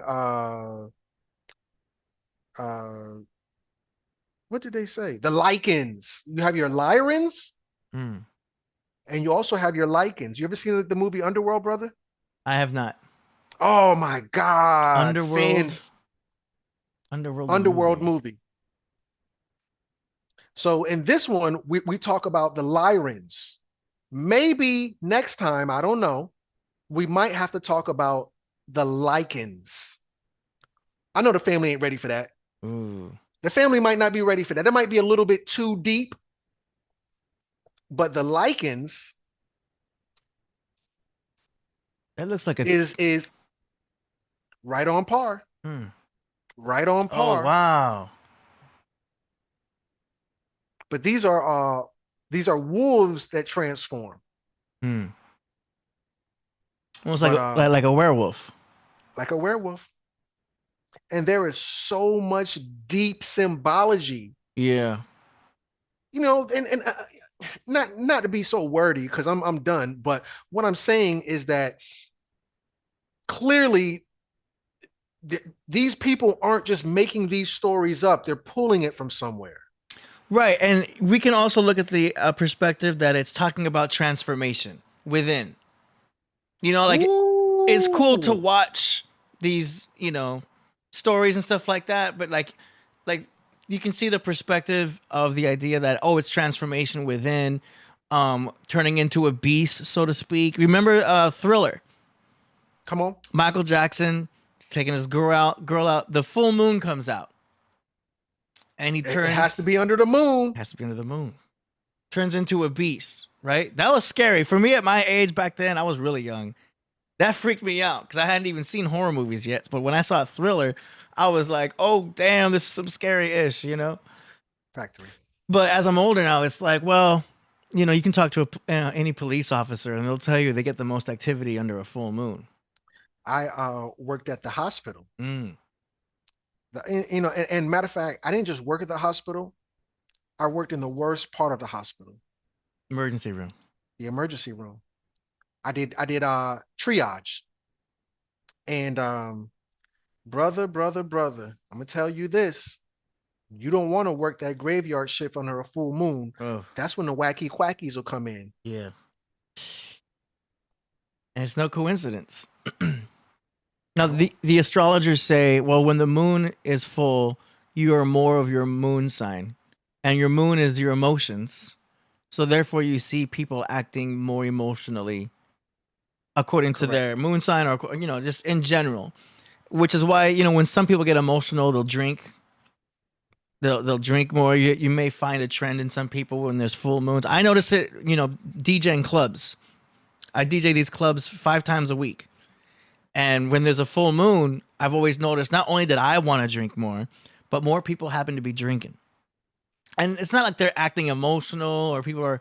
It's just a small pattern that I notice that is so recognizable. It's expected now. Like, oh, we got a full moon on Friday. Oh, people are gonna be drinking. You know. Come on. And it's not 100%, but it's very common to see that. Yeah. You know. You can't make this up. You know, and I would say there are no strange happenings. Law governs all events. There's a reason for this. Though we know we don't have it solidified and we might be indulging in tinfoil hat conspiracy theory, but I have to say that we do see these things happening. And let me go back to some more lore. I'm sorry, excuse me, some more fan favorites. Hmm. Who was your favorite? Garfield hated Mondays. Garfield told you he don't bang on Monday. He'll take his cat nap all day. Wake me up on Tuesday. And Monday is Moon Day. On Moon Day. The lunar day of the lunatics. In Spanish is Lunes. Luna. Lunas. So. Lunatics. These lunatics. Yeah. And it kind of correlates with the idea of emotion versus logic versus emotion. We have both sides. Some will say it's left brain, right brain, you know, and our whole purpose is to balance the two. Right. But when there's an imbalance, you can create stories. Let me bring everybody back here. And yeah, that's interesting. Yeah. You can't make this stuff up. You could do a whole episode on the moon alone. Oh, yeah, easily. Yeah. Wow, that was great.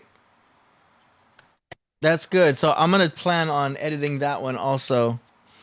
I'll probably clip out some minor interjections that I put in just so it's smoother.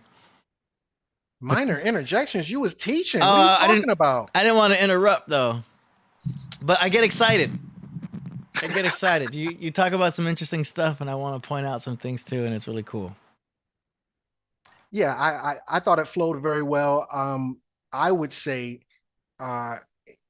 tomato is just my, how I look at it. I would say you were adding value. That's what I call it. Thank you. You're very welcome. But yeah, that was a great discussion there. It's because we didn't even get too deep. We could have also gone into a branch about cats and owls.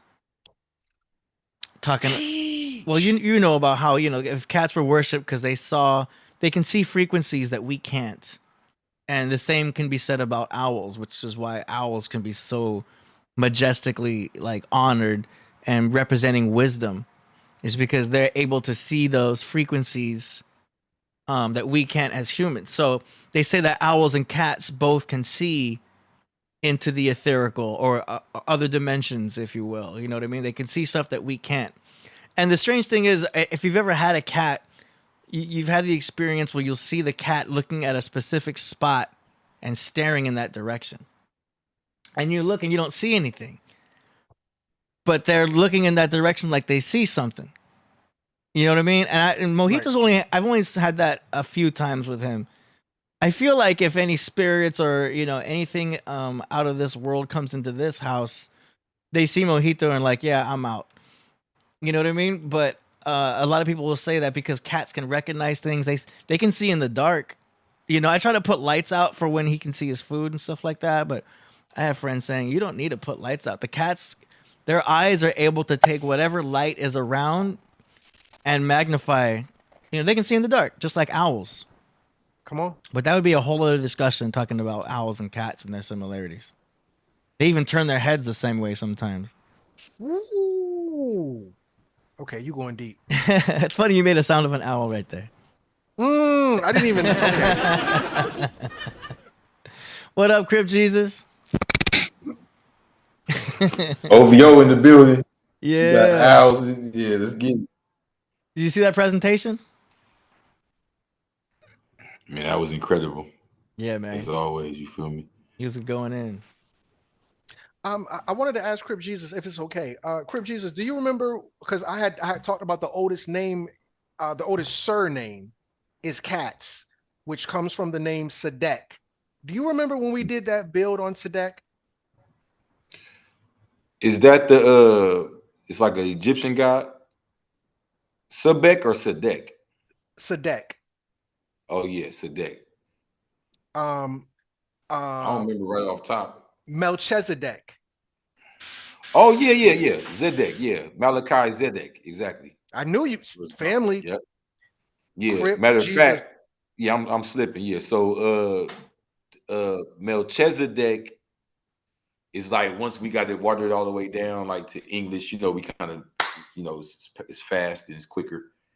That's coming from the Greek Melchizedek, like you said, and that's supposed to be coming from the Hebrew Malachi Zedek. Now, this is how I break it down. I'm not saying I'm not getting on no planes, flying nowhere, translating Hebrew on stones. But, however, from my own knowledge of etymology, when you start to see the tongues mix, especially coming like up from Africa, like so that Egypt area, what they call it, Afro-Asiatic. So over there, between them rivers, the Middle East, right? So when you get in there, you kind of notice that you'll hear the same words and phrases over and over, language to language. They call it Semitic or Afro-Asiatic. So the only way you can kind of tell the difference is when you start to get into like what sounds belong to which group. You get what I'm saying? Like, oh, okay, yeah, Musa. All right, yeah, that's more, African. That's more Kemetic. Okay, Moses is all right. Yeah, that's got some Greek in there, right? So the Malachi Zedek, just the kah and the ziz, that's not, like Kendrick say, they not like us. That's so that sound more mixed to me. So that's why I got the Malachi Zedek, and I took that back, and it wouldn't be Arabic, it would be like Aramaic, I would guess, and you would go further back. But it would be Malik Sadiq. Come on. Right? And what's crazy is before I even verified that, this was back when I was in prison, I was in cell with the homie. I said, man, Malachi Zedek. I said, man, get out of here. I said, that sound like somebody ain't got no swag that came to the hood and made a boo-boo version of it. And then one of the names and stuff, you know what I'm saying? I was like, that's Malik Sadiq. We knew it right off top because we knew, you know, Malachi, we knew that's Malik. And then, you know, Raphael Sadiq, you know, Tony. Come on. That's a popular name in the hood, you know, like Jamal. You know, you have certain Swahili and Arabic names that are popular in our community. You know, even certain pronunciations of them. You know how you get like the Abdul or the Abd Al, and you know what I'm saying? So yeah, you start to notice these differences in the way that the people use their tongues, in the way that they pronounce. And that's what I got in a lot of those Afro-Asiatic words. So yeah, but what I find even more interesting too is that he's the king of peace, but really he's the king of Salem, right? So it's not that he's like peace, like let's all hold hands. This translates to peace. See how they can play with it. But they're saying he's the king of Salem, but that's like we would always talk about all these different cities that was called Salam.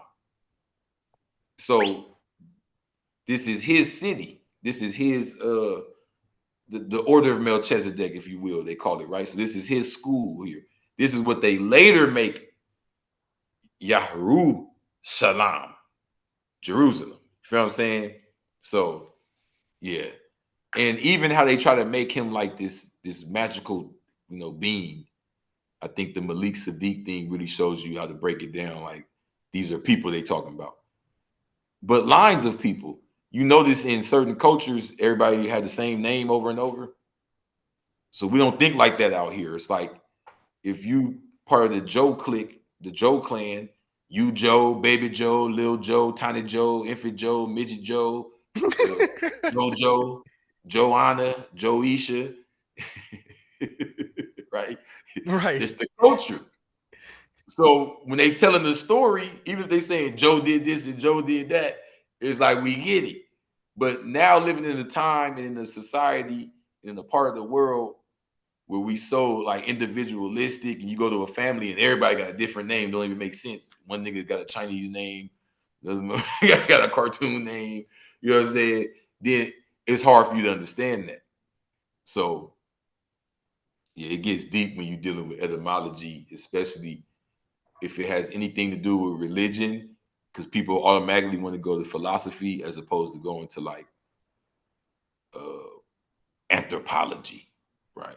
You know, dealing with the environment where the term came from, you know, and the people. Did you see the movie Goodfellas? Oh, my favorite movie, bro. You know, that's for mob movies, that's the one. In the movie Goodfellas, they said everybody's name was Paulie and I forgot was, but they just like you were saying, they all had that like same Henry. name. Yeah. Right. Real quick, technical. Master student, your mic is a little bit lower than Crypt Jesus. Are you on a mixer that you're able to turn yourself up as far as your output? Let me check. If you're able to turn your output up a little bit, it'll match you more with Crypt Jesus, because Crypt Jesus is coming in pretty loud. I just want to see if I can turn you up so that it matches. I'm just looking at the meters on my end.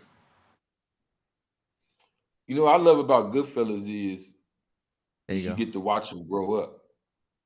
And then you seeing this dude, you realize at the end of the movie, he was never actually made. And you realize by the end of the movie, like 80% of them dudes that's around doing the dirt is not made. It's like, damn.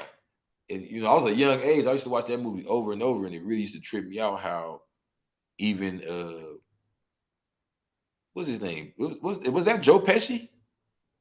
Mm-hmm. Or was that Da Vinci, the little short one? It's only two of them that be in all the movies, two short ones. It's either Pesci or Da Vinci. It might have been Da Vinci. But remember towards the end of the movie where they clipped him, but he thought he was getting made. He was like, man, they're making me today. And he goes in the room and then he goes, it's the river of blood coming out. And I'm like, damn. I was thinking like, you barely getting made? Like you did everything under the sun already. So they take that shit seriously, but they was all, you know what I'm saying? Like they was already making money. They was already connected. They was already eating, but they wasn't made. So I always remembered that later on when I got into esoteric studies, because a lot of that stuff we study, we may not have direct hands-on, you know what I mean, dealings with it. So I always remember to myself before you start saying like, aha, him. Like there's always, you know what I mean? If you believe this shit is for real, then you know when they infiltrate, everybody doesn't know what's going on. You get what I'm saying? Like I've heard dudes say stuff like, oh yeah, man, the Crips are the Masons. I'm like, bro, I grew up in the hood all my life. I don't never remember us learning grips or degrees or none of that. You know what I'm saying? And maybe they're trying to articulate from what they're observing, there's certain people amongst these groups that's made. You get what I'm saying? Or maybe the people that started them or something. You get what I'm saying? But when you just do a one for all, you forget how this really works. So that's what I always remember that movie. You looking at any given moment in the movie, they're pulling off heists with 100 men. They're in the club with 150 men and women, dates and all that. Look at the dude that Henry. He went to prison, got out. He was married. They lived a whole mob life. But he was never made. He was never. Teach. You know what I'm saying? He was never really official. You know, you see that in life as you get older and older. You know, sometimes you meet people in certain spaces and you just assume. You know, and that's one thing that flipped. And then remember, he snitches at the end. So that movie taught me young, like, you never know.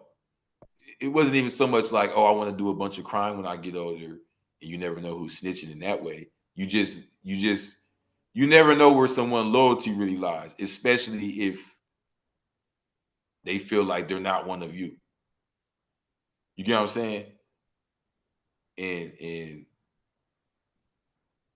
even how I remember when he went to jail and they didn't look out for him, and then they looked out for him when he got out, but he never let that go. I remember he never let that go. That was another thing I learned from that movie. I said, yeah, man, you never want to, like, if you leave somebody hanging when they down, you might as well just leave it alone. Don't try to come back later. You know what I mean? Like, just, don't try to come back later. Like, it's cool. I mean, me personally, I don't have no problem. We all adults and move forward. I'm not looking for nothing from nobody. But just life lessons, I'm saying, as opposed to just seeing it and seeing a bunch of gunshots and heads busted. I got a lot of, that's why I used to watch it over and over. There's a lot of life lessons in there. Even how, remember he said, remember when they did that big heist, he said, don't tell anybody and don't spend no money. And as soon as he started seeing them coming there with like minks on and talking, he killed all of them.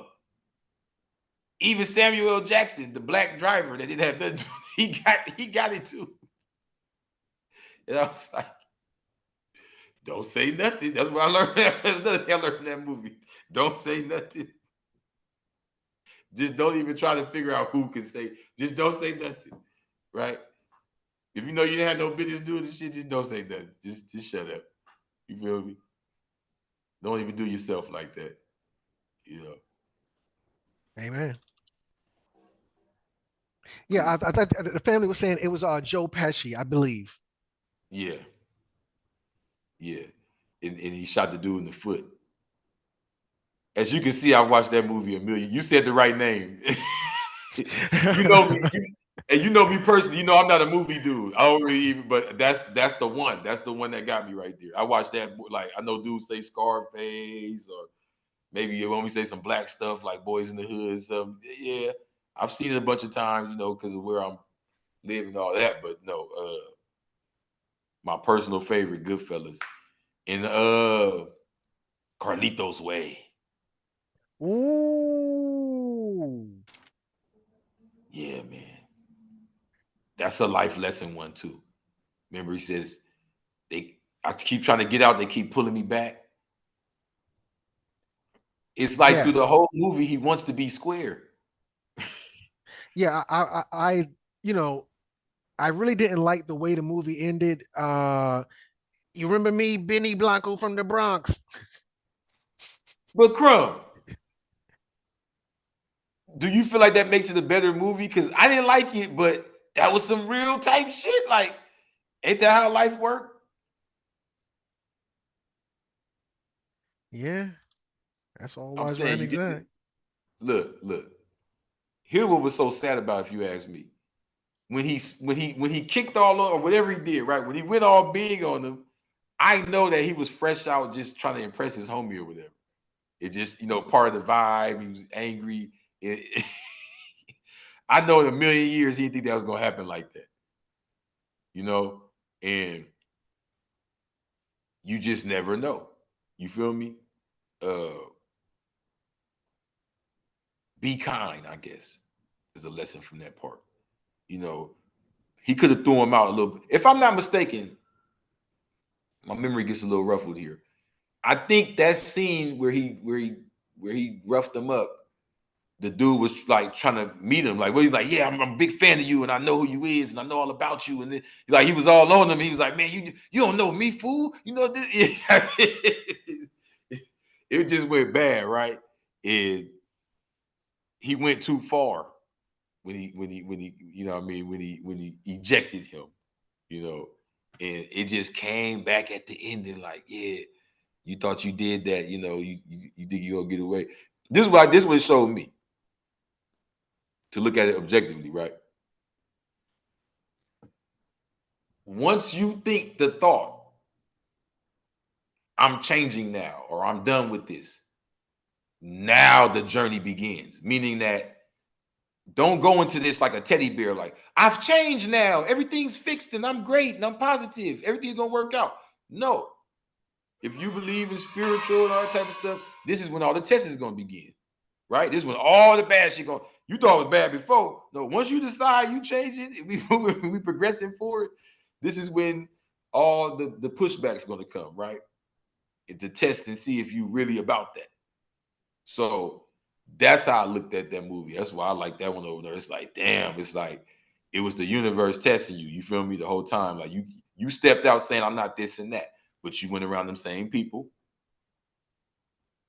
So what, you had an attitude every time some shit popped up? You still indulged. What movie y'all talking about? Huh? Carlito's Way. Oh, Carlito's Way. He never punked out. No. I remember people going to see it, but I didn't see it. Oh, you got to see that, man. That's the okay, I'm reloaded. Oh, that's what that's from? Off? No, that's Scarface. Oh, that's what I thought. No, that's Carlito's Way. That's Oh, I didn't know that. No, okay, wait. Scarface says. Oh, you're thinking of say hello to my little friend. Little friend. Okay. Yeah. You say hello to my little friend. No, he does say I'm reloaded after he empties out the joint. You're right. What does Carlito? He says, I thought that was Carlito's Way. When he was in the bathroom and he emptied the joint out, he was like, okay, I'm reloaded. You want to play rough? I don't know, man. I gotta get back on my Carlito's Way. I ain't watched it. Oh, let me tell you something. You want to hear something funny? Puff Daddy made a prelude. He made a prelude to it. They made a part 2. It was Carlito's something, and it was supposed to be like what happened before Carlito's Way, before he went to jail. And it's got Puff Daddy in there, though. It's horrible. No Diddy. No Diddy. It's horrible. Man. We got a super chat for Crumb over here. It's from 99 Cham. He says, Crumb, what do you think of semen retention?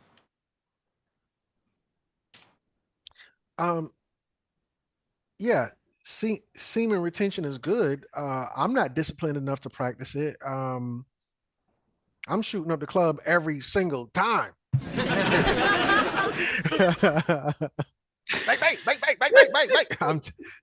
I'm just I'm being funny, but no. Seriously, yeah. Semen retention. The sperm is 19% spinal fluid. You ever heard of what is it called? You ever heard of La Petite Mort? So La Petite Mort, as you can imagine, is French. It means a small death. When a man ejaculates, he dies a little bit. He goes unconscious. He has a moment of weakness. Um, and the opposite is true with semen retention. If you have the power to maintain and hold your semen, you're gonna live longer. Remember, your child is the sparkle in your eye, not the woman's eye, the man's eye. This is the light. Remember, when the sperm hits the egg, there's a melanin explosion. There's a black light explosion. Black is simply light that the eye cannot perceive. So now, if you hold on to this twinkle in your eye, if you hold on to this light within your spine, you are going to be just like a woman when she gets pregnant. Remember, when a woman gets pregnant, she glows. If a man can hold his semen, he will glow. And a lot of truth is said in jest. I'm not gonna lie to nobody. um I can barely pull out, let alone hold semen retention. Um when when you dealing with the vajayjay, I'm trying to say it as mature as possible. It has an allure to it that I myself, because remember, glamour is a form of magic. Glamour is a form of magic. And the most popular spell known to man is a love spell. And I ain't gonna lie to nobody. I be in this jank dreaming of genie.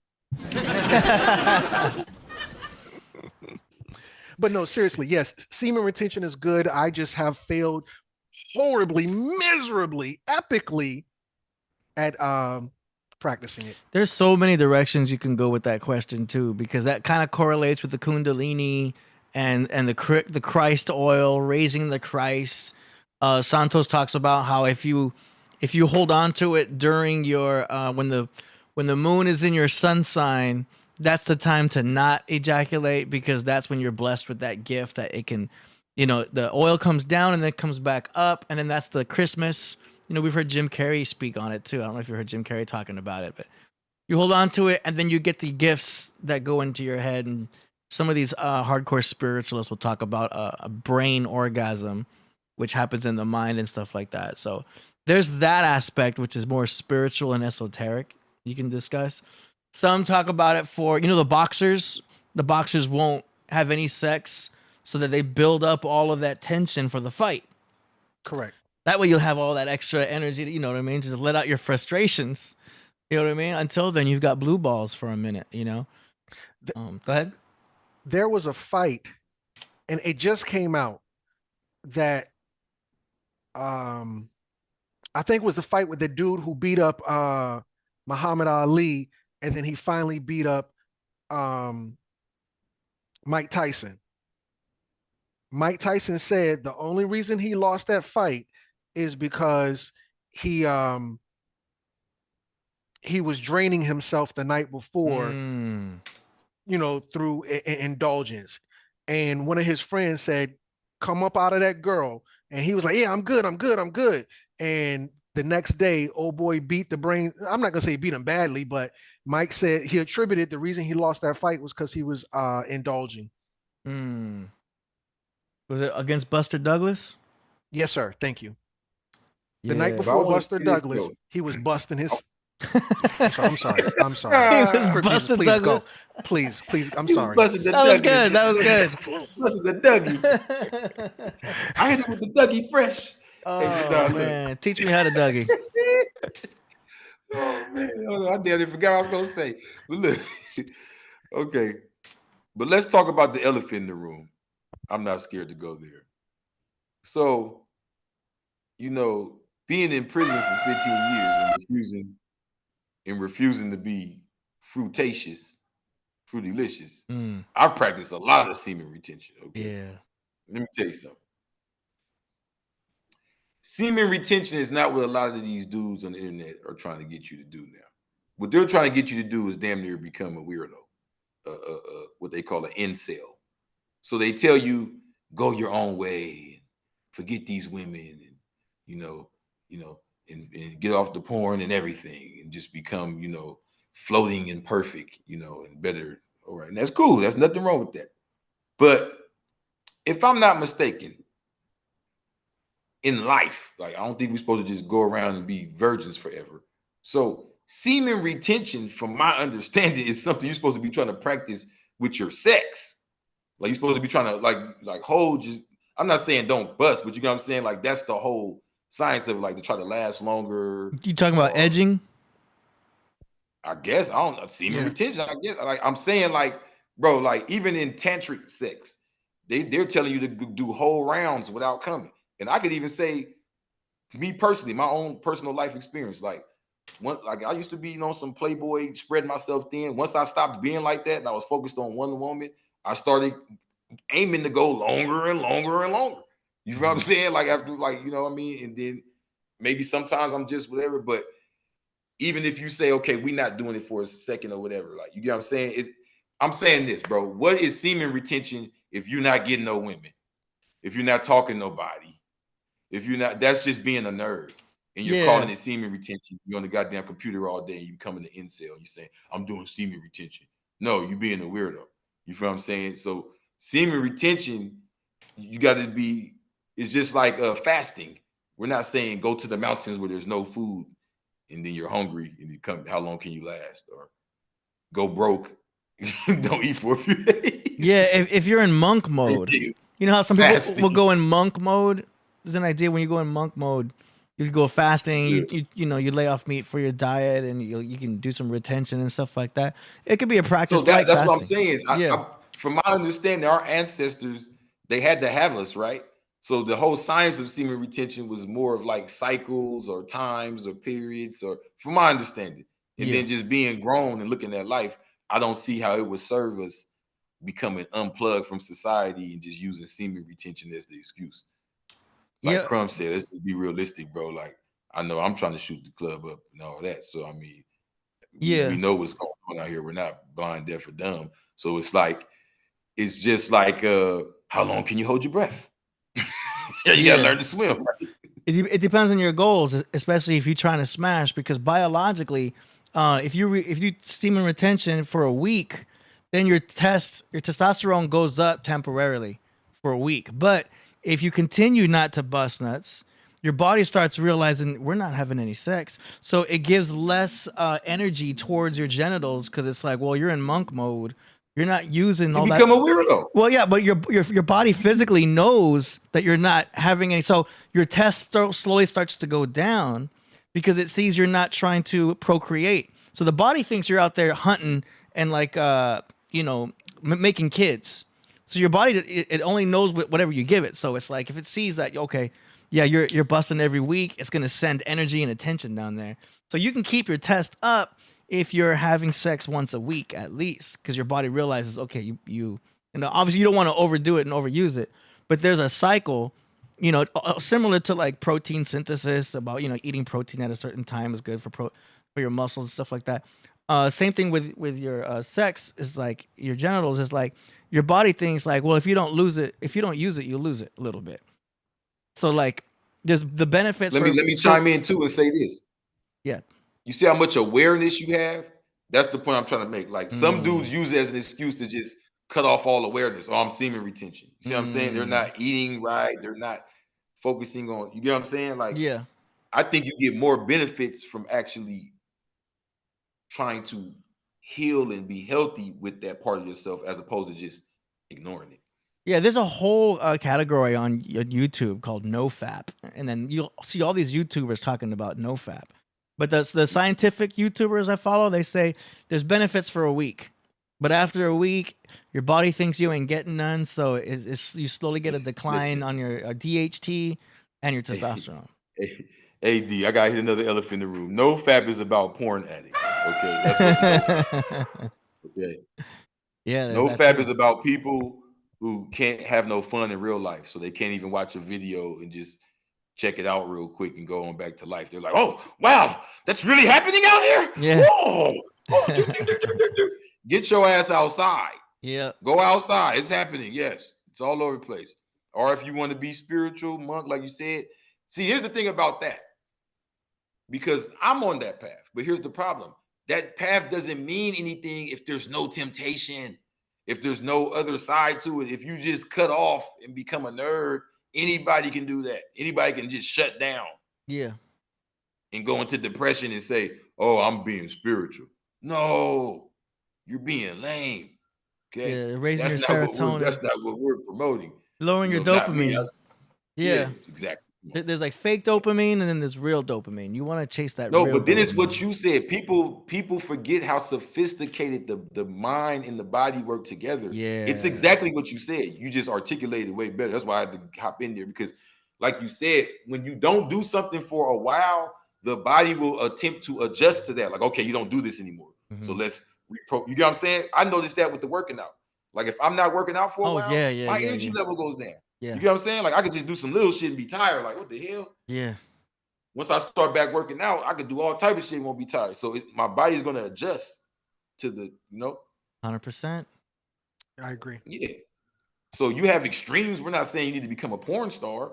We're not saying you need to go Buddha, but what is the retention if you can't do nothing with it?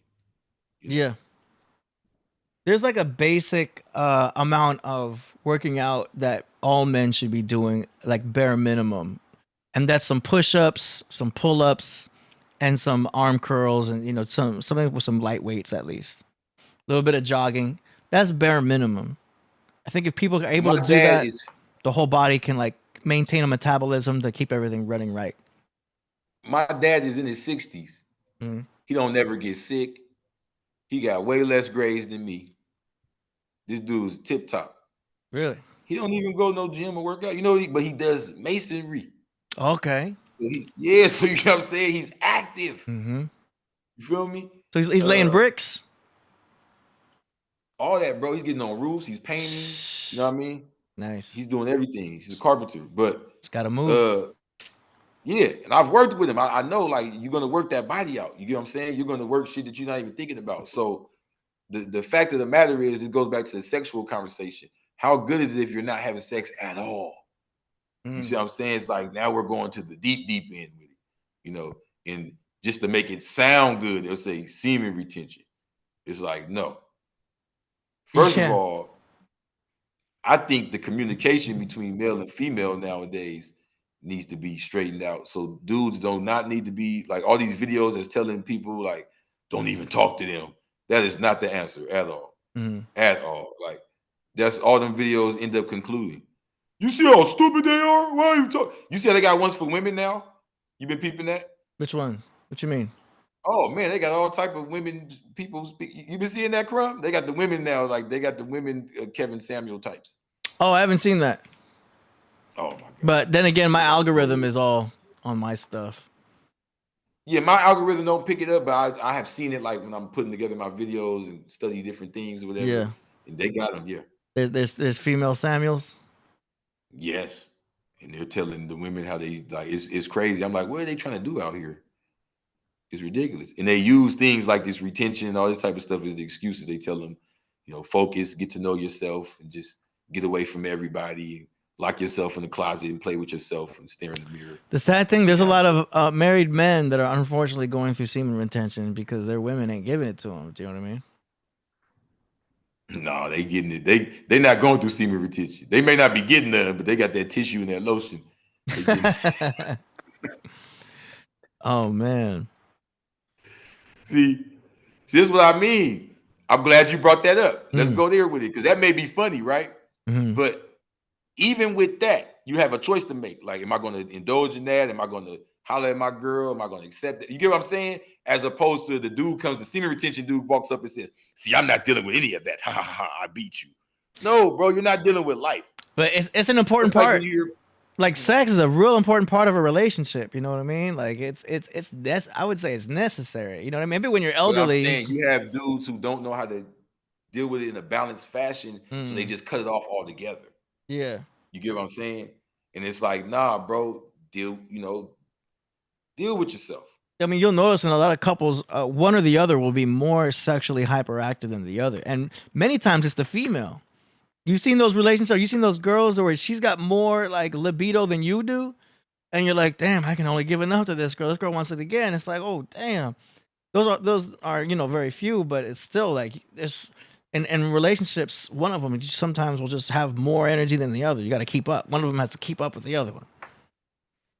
Yeah, I mean, I would even go as far as to say, like, once she's really yours, like we're past all the dating stuff and all that, Yeah. then you're gonna have your fun. You're gonna experiment and all these type of things. So it's like, yeah, semen retention is cool, but it's a lot to life. You know what I'm saying? It's a lot. It's a lot to this that you're missing out on. Just That's why you gotta try different positions in different parts. Like now, let's go to the kitchen. Now let's try this in the dining room. Yeah, that's on a physical level, but I'm saying even getting to know your woman. Okay, like for example, some people don't have much going on beyond the sex. Yeah. You get what I'm saying? So these are things you got to learn about yourself and about the other person and all of that. And I just know, you meet people and it's like, yeah, I'm celibate and she's celibate and we're spiritual. And that's cool, I guess. No. Spirit babies. Yeah. I don't know. I'm trying to figure out, like, this is my thing. Everybody like talks about these ancient nations and shit. It's like they was having hella babies. This was never the discussion. Like dudes was hopping out with like 1,000 babies. Like, do you read these records? Yeah. It's crazy. Like, this was never the question. No one called these dudes perverted. None of that.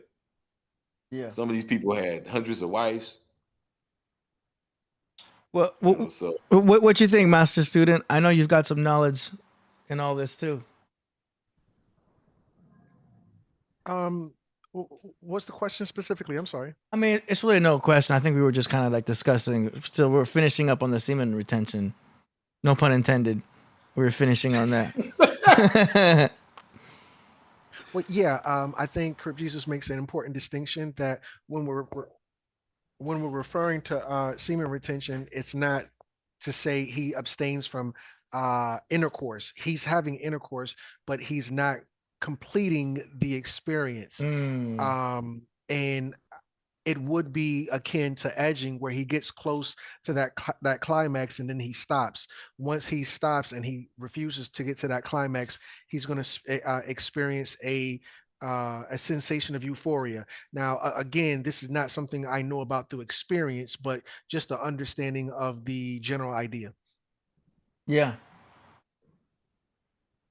That's crazy because, like, they talk about, the dopamine is being released for all the stuff that's leading up to it. You know what I mean? The anticipation is dopamine. When you're about to do it, you've got the raise in dopamine. As you're doing it, you've got the raise in dopamine. But once you release, the explosion happens. You get a microcosmic explosion that happens through your spinal cord. It's like a shock wave. That's why you might notice you know what I mean? You flip your head back a little bit. It's just because you feel that shock wave go up your spinal cord. It's a microcosmic explosion because you're creating life. Your body thinks you're creating, you're procreating. You know what I mean? You're putting life into a, you know how it works.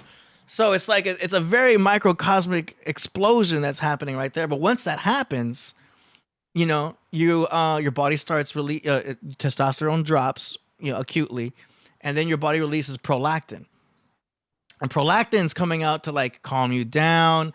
Your body thinks you've just made a baby. It makes you soft. You kind of want to have a sandwich. You want to go to sleep. You all of a sudden just feel the opposite of how you were because your body thinks we've accomplished. We've just conquered this woman.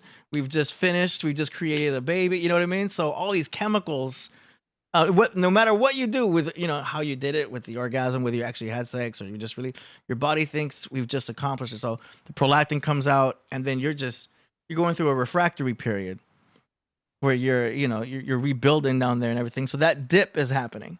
And then that's why Mike Tyson lost, was because he's going through his refractory period. He's got too much prolactin in his body. The serotonin's gone up. It's amazing the chemical stuff that's happening inside us. You know what I'm saying? But it makes sense with the whole edging thing. But you know, the nut's the best part. Amen, Yeah, sir. but we can go like this shit so deep. Like Yeah. I had somebody show me how to keep going. Now I'm not saying I could do that every time, but like she wasn't going for stopping. So after a while, it just turned into. So you know, That's what I'm I know the saying. science, but you know what I'm saying. This was real life, like you know what I'm saying. So this is what the other dudes ain't gonna get the experience if they don't get out there and get it popping. I have an interesting clip that is somewhat related to this. I'm gonna play it for you. Check out what this guy says right here. Found it on Instagram. I played this for Priest the other day too. Check it out. You have fornicated multiple times. You have now developed preferences. This is why God never wanted for us to have outside of marriage. Once you've experienced things that you should have only experienced within wedlock, you develop preferences. So when you meet a really good woman, she's everything you need, but she can't turn it up in the bedroom like that freak can. You may pass up on your soulmate because she can't please you like the freak. And a lot of people have lost out on good relationships because they didn't come with freak of the week talent. I've had women, sisters, admit it, I should have married him, but he couldn't turn it up. Once Do you know what I'm saying? Man, look, Like I don't want to hear nothing that dude has to say about stuff like that. This dude has the pick of the litter of the country. Oh, you know him? And you don't never see him with a woman. Yes, Dr. Umar Johnson. Oh, you okay. don't never see him with a woman. He won't commit to a woman, but he got so much to say. He be all on the camera. Brothers, get your sisters and marry and do. And were you with that white woman? Oh, with that white woman. Oh, you're with that white woman. You don't see him with no women. It's like, come on, bro. Oh, I didn't know who this guy these was. women so much. If you got all the answers and all the keys, why we don't see you going through nothing? Why we don't see you put yourself out there and get your heart broke? You know what I'm saying? A couple times or something. No, I didn't know who he was. I just thought he had a interesting point there. Well, here's the thing though. But he's Dr. Umar Johnson. So you want us to believe that he ain't hitting Miss Freak of the Week every week? He's not married. He don't even pop out with a girlfriend. He don't even got like, you know, how dudes got the baby mama. They kind of married or whatever. He don't even got that. Cracking. That's the thing. Not saying he should or nothing. I'm not judging him. I'm saying he always wants to give the goddamn marriage and relationship advice and all that. It's like, come on, bro. We already know you out here turning all the way up. I just think it's crazy because, you know, we do meet the ones every now and then that kind of just feel like they ruined you, that it was too good. Do you know what I'm saying? You get one that was just like freak of the week, and it's like, oh man, you start comparing every other girl to that freaky one. I ain't gonna put my business all out there, but you know, I didn't went through the whole country as Crip Jesus. I didn't have some interesting experiences. Yeah. Okay. And that's what they are, they experiences. I don't expect that from my girlfriend or the person I'm married or nothing like that. Are you married? I don't. Like, I would damn near probably look at them crazy, like, what the hell? Where you learn that? What you doing all that for? You know what I'm saying? Like, nah. Because it's not even about that with the person you really, you know what I mean? It's more about, you know, what y'all got going on in the household and all that. Crumb, are you there? But like all these trampoline tricks and flips and all this and that, like, you know, that's for that, you know. That's for when we out in Jersey, you know, partying, you know, when we in Atlanta, turning up, you know. Crumb, did you recognize this person? I didn't know who he was. Yeah. Dr. Umar Johnson. Okay. His real name is Jermaine Schumann. Oh wow. I'm sorry, Jermaine Shoemaker. Okay. Yeah, I didn't know who he was. I just found that clip and I thought it was interesting because it was interesting to see, like, you know, there are some girls that seem to ruin you sometimes. Well, Umar Johnson came out as a pander bear. Oh wow. And he was super critical of men and super empathetic towards women. He was vehemently against the dating advice content and judged it hard. And now we see that he has jumped on the bandwagon. Wow. The advice he's given right now is under equality, where he compares men to women as if we are equal, and we are not Yeah. equal. We're equal as humans. We're not equal as men and women. Yeah. Women bond differently than men do. A man can have intercourse with a dead body. Let's be clear. There's videos on Pornhub. Don't ask me how I know, of where he's hitting a crackhead. Damn. You talking about Dr. Umar? No. I'm saying men in general. Oh. If you go and look at that video, he compared men and women. And we do not have the same experience. Women, she can get with any man she wants to get. Men, we're hunters. We have to, a woman is a conquest. Yeah. So with that said, when we get a woman, it's a sense of accomplishment. When she gets a man, she doesn't have that same sense. A man wants to hunt as many women as he can. A woman wants to pick the one best man to get. Yeah. This is a part of her biological nature. So now when he says that one that's going to mess you up, that's not necessarily how men operate. Men don't have the same psychological experience as a woman does. It is said after 4 men are inside of a woman, she can no longer operate in the same way she did when she had her chastity. If a man doesn't have more than 4 women that he experiences, he can't operate within his manhood. For a man to be a fully alpha within his manhood, he has to have the conquest of a woman. Brother, I want to ask you, what is the not most popular, what is the most common sexual position? Doggy style. That's popular. What's the most common? I'm sorry, I thought you said favorite. Missionary. Correct. Missionary. Missionary. Why is it missionary? Because a man is most comfortable on top, and a woman is most comfortable on bottom. Then I get tired in my back. But you want to control it, though. You know what I'm saying? I just got to work out more. Go ahead. You want to show her who's boss. Yeah. She is attracted to dominant men. She's not attracted to a man. How do you want me to hit it? She don't want you to say that. She wants you to, be dominant and take control of the situation. So until a man has an opportunity to be dominant over a woman and to take it into and take the situation into control, he's not yet met his full manhood. Versus a woman, she can be a full woman without ever experiencing a man, but because we are not equal, he needs a woman for him to be within his full masculinity. That's just the reality of the situation. But Dr. Umar, what you may or may not notice is he's incognito practicing feminism.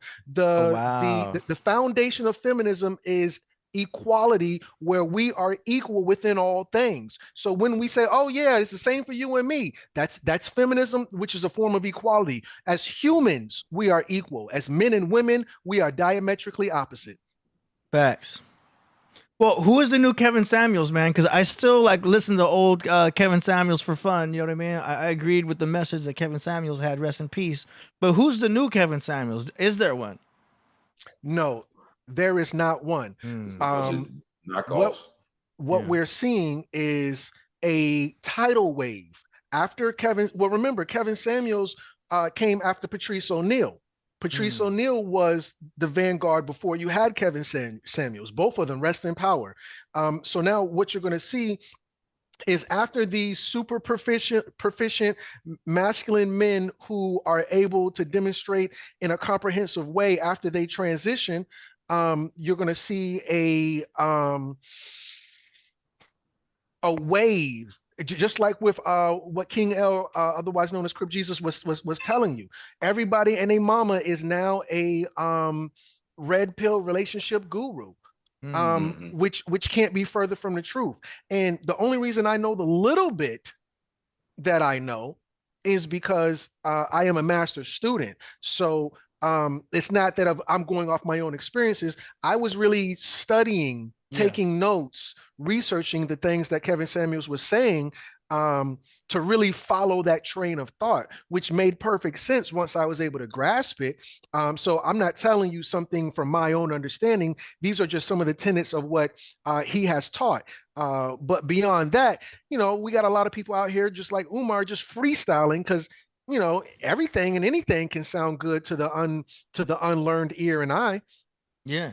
I had no idea who he was, but it sounds like we could do whole episodes on this stuff. We got to bring Master Student back for some interesting other topics like that, because man, he was going in right there. We've got a follow-up super chat here from Torian Howard. He says, self-retention basically means you bust a nut inside. All right. Shout out to Torian Howard. What's his name? Torian Howard. I mean, I this is the thing though. They're trying to make it philosophical. Like there is a way, like, believe it or not, I don't know if they've ever been in this type of situation. You can get so worked up that you climax without the whole experience and all that. And it's still going to come outside of you though. Yeah. You get what I'm saying? It's going to happen within you. It's going to happen mentally. You can see something that's so exciting, you like, and bam. So so what you're saying, I get you're trying to make it like philosophical, like I have come in my mental, but that can really happen though, what you're trying to describe. Like, yeah. It's a real thing. You can come or climax, and you say you can reach the peak, whatever, internally, like without the process going outside. Like, because think about it, normally it's a bunch of external stimuli that's going to get you to this point. That can happen to you internally. It can happen from a dream or whatever. Yeah. But that's not what we're talking about. We're talking about that your testicles are producing testosterone, and you're going to keep that inside you. There's an ideal that the longer you keep this inside you, the healthier and the stronger you get. That is true to a degree, as we discussed, which we're not going to do all over again. As we discussed, it gets to a point where now you're mentally not tapping into the part of your hormones, whether it be testosterone or estrogen.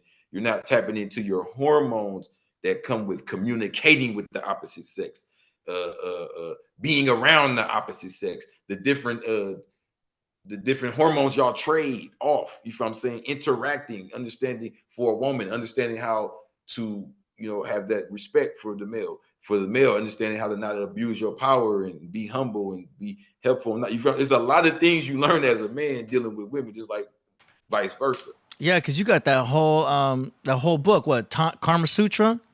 I mean, there's a whole science to it, and there's that Tantra sex. Do you know what I mean? Where you sit in that position, and there's a whole God. That's my thing. Okay, I'm so glad you brought that up. So from my understanding, if you get beyond all this new school, be a nerd and don't, talk to nobody stuff, what you just said, the tantric and the Kama Sutra, this deals with you and the opposite sex having sex and you not climaxing. Mm-hmm. You being like 1,000% dominant, where you just rah, rah, rah, bring your friend and your other friend. Rah. That's how these dudes were. These dudes that had 100 wives. You don't want to believe it because we live in America and they got it so square now. But this was really going on. And that's what I'm trying to say. I'm not saying everybody should go get 100 wives and become freaks. I'm saying the way life really is, a lot of us couldn't fathom it. Because there's dudes in India right now with 19 and 20 wives. We just can't imagine it. It's going on right now. Yeah. You get what I'm saying? So these old dudes that got 20 wives and they're still popping out babies, they're having sex, y'all. I don't know if y'all understand what this is. These dudes are 85, busting down. Yeah. Getting it in, like moving their hips, got different age women, all that, like, and going out and working on cows and shit after, and building houses with their hands out of bamboo. Like, yeah.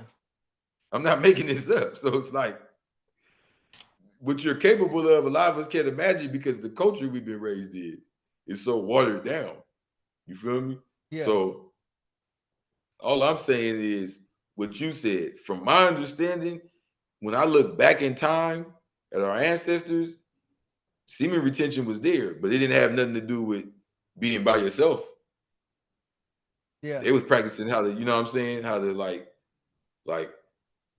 this how you really get your woman to do anything. Like, you know what I'm saying? like,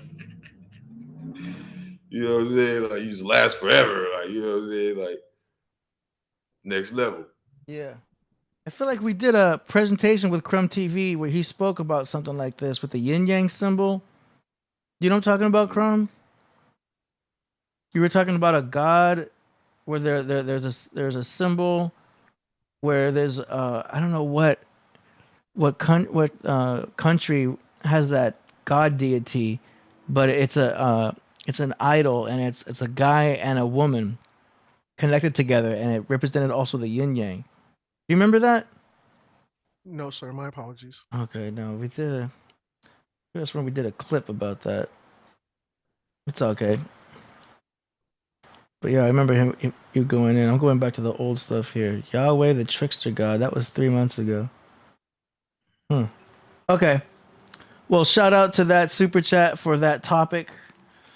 Any other things you guys want to add before we go into the song promotions? Semen retention without what we're talking about is like a bunch of sparring without a partner. You just, you know, once you get in there and get your ass socked a couple times, everything changes. So you can semen retention all you want, but once you in the room with her, then what's gonna happen? So you guys start practicing real semen retention at some point. You know, practice being around women and not being Mr. Freaker League all the goddamn time. Yeah. No, because it goes back to the same thing where your body will get used to it. You know, no matter how hot or how great it is, if you don't like the girl, you're not feeling it, you're gonna get tired of the same old feeling. You know what I'm saying? It really helps if you like the girl.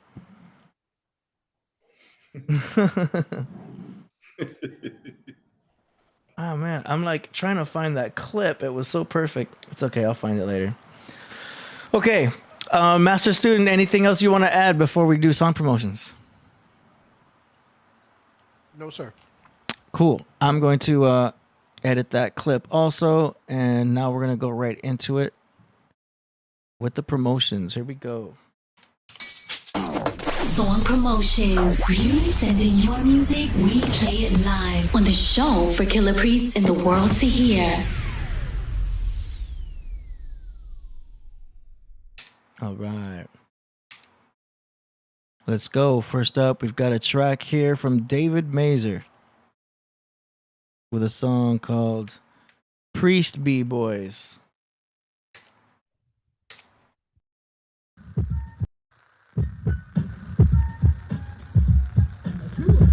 Contested, you got your soft swords at the midsection. Don't talk the talk if you can't walk the walk. Only niggas that outline the chalk. I'm mad vexed, is what the projects make me. Level to the grain, there's no way to barricade me. Steamrolling niggas like an 18-wheeler. What the drunk driver's driving, there's no survival. Here I go, keep tight flow.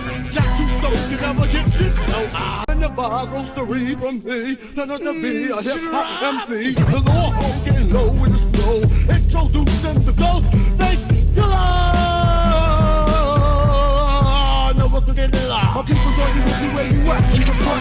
All right, yo, so we can't be playing that, man. You're supposed to submit tracks that you are performing in. I need that fade right now. Who did that shit? I need that fade right now. They trying to play with us. It's DJ. They trying to play with DJ Blazer. They acting like we ain't no hip hop people. Like we ain't recognize ODB on the Beastie Boys. I know. Come on, bro. Stop It's playing like, with us up here, man. Can't be doing that, man. It's gonna mess us up on YouTube. Trying to get us copyright and all this. What's wrong with this? Yeah, we're barely getting away with what we do now. So gonna have to give them store credit on that one.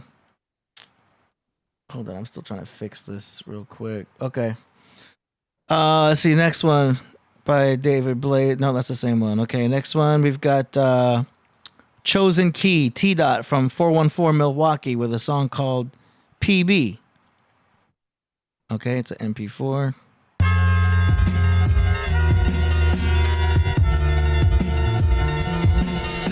Trying to get get your emotions charged. Tow regard from noble far. We call me Claw. How you holding, Lord?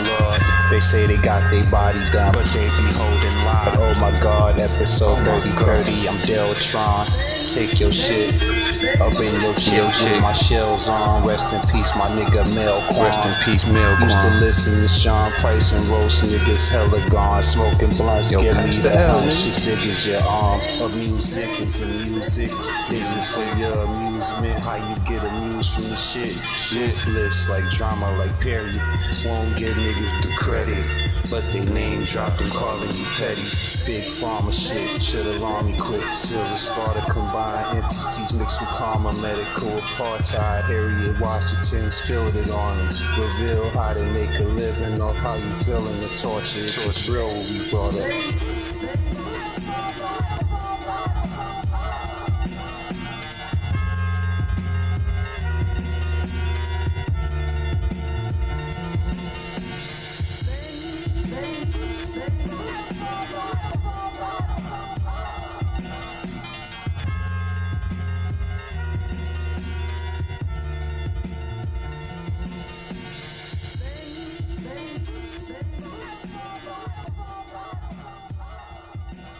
Okay.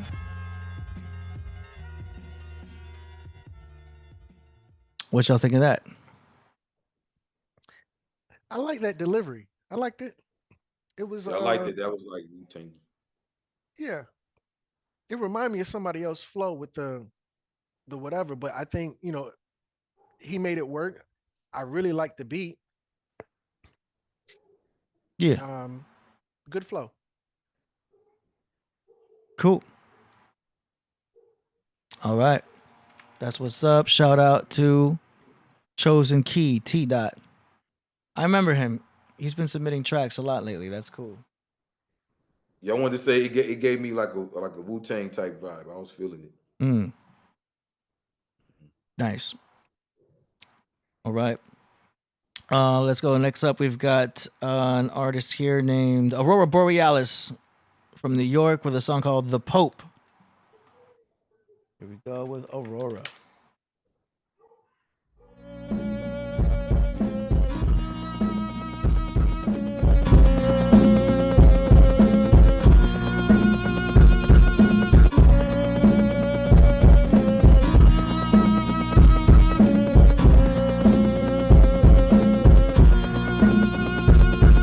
I'm the hip hop pope, the great black hype, ambition. Hope I be head to this. I'm the hip hop pope, the great black hype, ambition. Hope I be head to this. Yo, my al dope, your al flop like the XY chromosome flip-flop baffle. Vladimir Putin, Kim Jong-un at the summit, Mount Fuji vomit. Move the crowd, Elijah Muhammad in the body of Pope Benedict XVI. Jesus Christ, I get this nice walk water. If it was ice, I wish life was easy. They after my life, C-section, dissection. No, I don't know, I saw no the Vatican security. Bodyguards, entourage get more large. Bulletproof cars. Foolproof bars, my words travel meteorites, asteroids, shooting stars.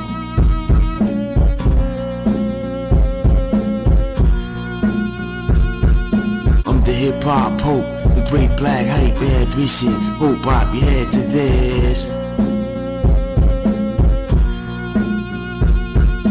I'm the hip hop pope, the great black hype, ambition. Hope I be head to this. Pope Part 3. He's been resubmitting this every now and then. This is the one from 9 months ago. But I feel like the drums could be louder. What y'all think? I didn't like that drum line. Yeah. I didn't like the drum line. I usually, and I am familiar with Aurora's music. I've heard a good bit of it. I overall am digging it. This particular beat is just that drum line. I just, and I'm a drums guy, so yeah.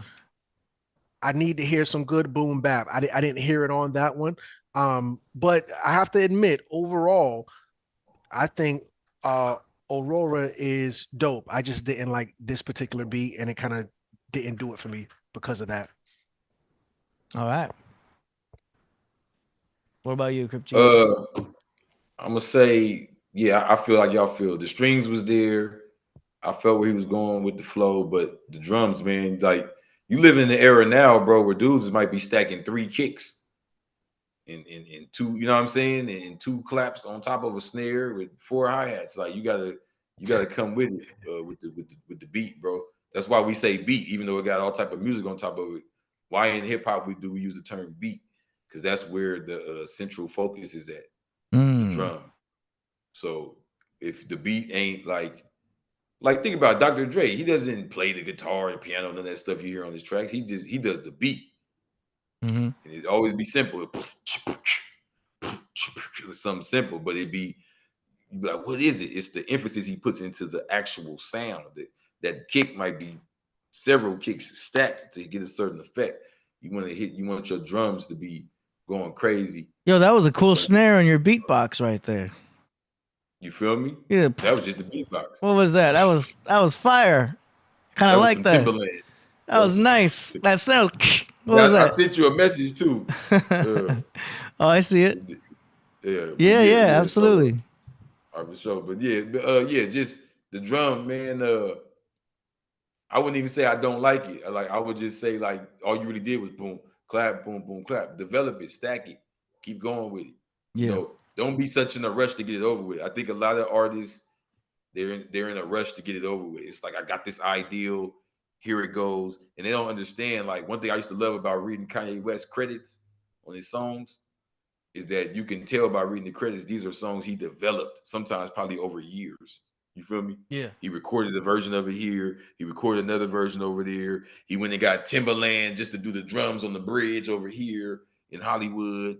You get what I'm saying? He went and got this singer to do the outro while they were over here in Alaska. Yeah. Like, okay, yeah. That's why that shit sound like That's what's up. I think he'll develop faster if he jumps on someone else's beats and makes his own beats separately and don't rap on your own beats. I'm saying you'll go faster that way. That's just my opinion. I say just develop the drum. Just, you know. I feel you what you're saying, but Yeah. I'm just saying if you do want to keep making your beats, develop the sound. You get what I'm saying? Like, don't just bam, because it's me, I did it. You get what I'm saying? Like, don't be in such a rush. That gives you more time to take. Yeah. You producing it. There it is. I think people are losing the production in hip hop. It's like microwave. I made it, bam, there. It's like, ding. You know what I'm saying? You can develop it. You can play with it. You can do all type of stuff to it. You know, my dad, he did jazz and rock. So I look at music way differently. Like, a lot of hip hop people, they just like, it's over. It's like, nah, bro. You feel me? Like, you can still mess with it. Yeah. Well, we can do a whole show on hip hop music, but I want to have Priest here for that. Yeah. All right, let's keep going. Next up, we've got another submission from Professor X, which was T. from Milwaukee. The song is called Bros for Life. The valid words of a king when he full of inertia.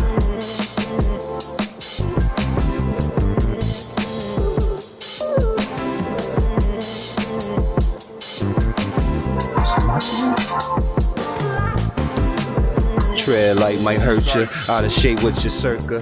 On your square, yeah, never play him out like Urkel. Unless you rolling it, breaking down the buzzer. The herbals, what's mine is yours. I told you way before, I can't employ you. I want my niggas running the store. What you want it for, my nigga, you should want it more. You see, we passed them excuses, pulling up at them shores. I cannot chase a whore, cause that ain't in my DNA. Word travel fast, but sound affects DNA. They screaming, what? Like my cousin, this is for all them times I said I would be there, but I wasn't. Every time we conversate, it's like end of discussion. Am I selfish or selfless? Why do I ask these questions? Why do we bash each other? On the go, we pass each other. Passing souls to and fro. Why you mad, my brother?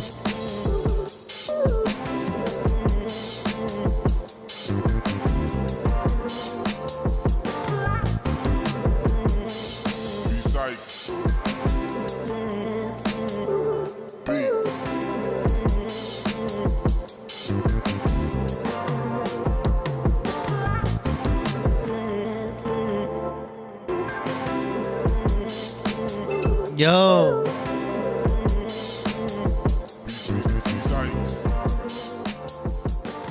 I would add at least another 8 bars to that. That was cool. That actually sounds hard. That actually sounds like a modern track. That sounds like something I would hear That was lit. now, and the mix was not bad, but I would add a That was little like bit more some verse, AZ. right? Some eight more bars at least. Maybe another 16. What you think? Send that. Let me hop on that, man. That shit was hot. Let me hop on it. Damn. Hey, that was hot. That was hot. What you think, Crumb? Ba ba ba ba ba. Oh, he's loving it. I'm loving it. Yeah. Yeah.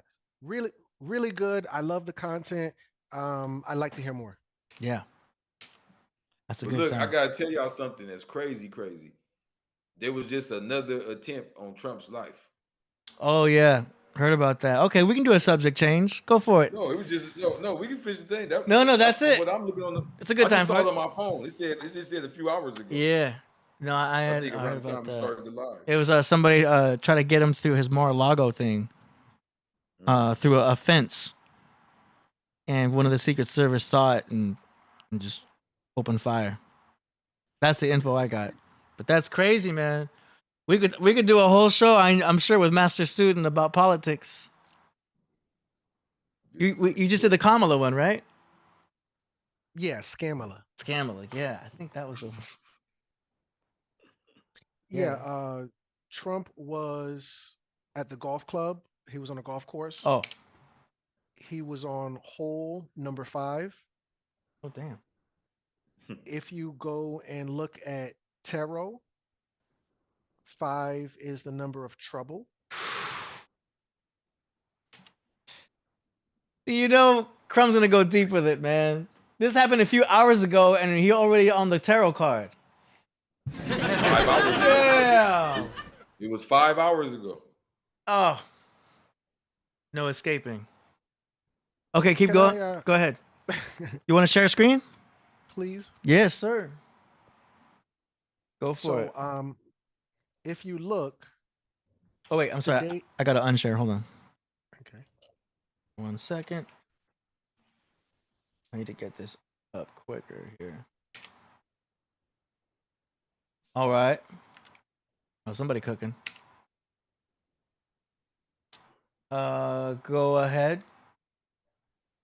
If you look, I'm sorry. I'm sharing the wrong thing. Let me just share the actual thing instead of the whole screen. Please forgive me.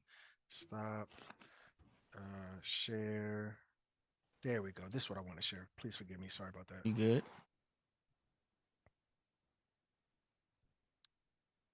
Okay. So if you look, can somebody tell me what today's date is, please? September 15th. Well, I was referring to the listening audience. Oh. Please forgive me. My bad. No, you're fine. So yeah, the date on this is 9/11. Oh, damn. 9/11. That's just 4 days ago. As of 4 days ago, Time posted this, which looks a little bit prophetic. It reads, how Kamala, because remember, the guy who shot at Donald Trump, he hit him, well, he attempted on his life while Donald Trump was on the golf course. Just 4 days before, Time Magazine, which is a funny name because they were ahead of time, said, I know Scamala Harris knocked Donald Trump off course. They posted this 4 days ago that they knocked Donald Trump off course Whoa. at the golf course. And now on a golf course, there's another attempt on his life at hole number 5. This is on 9/11, 4 days ago. Now, I'm not going to lie. Go back and look at that first attempt. After he survived that, the very next day, Joe Biden dropped out of the race.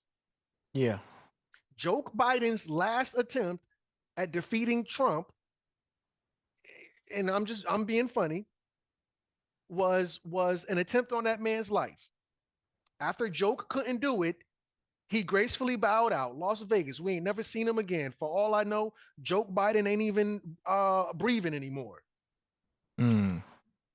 Now, the media, who is one of the people within the high-ranking departments of modern American media, is Kamala Harris's 20-year best friend. And Kamala has people manipulating the narrative. And what we're seeing is the same campaign tricks that her zaddy used. She's using them as well. And I'm not saying that she did this, but it's just it's so much of a coinky dink. It's uncanny. That time would bring out this on the golf course saying Kamala Harris knocked Donald Trump off course, and then somebody tries to knock him off on the golf course. And it says in trouble. In trouble. On hole number 5. The number 5, according to tarot, is representative of trouble. Let me see if I can pull that up. Yo, how did you connect this so fast? Do you mind if I share my screen one more time? You're still sharing. Okay, let me just go to this other one, because that was a particular slide. Stop and share and window and share. Next slide. So yeah, check this out.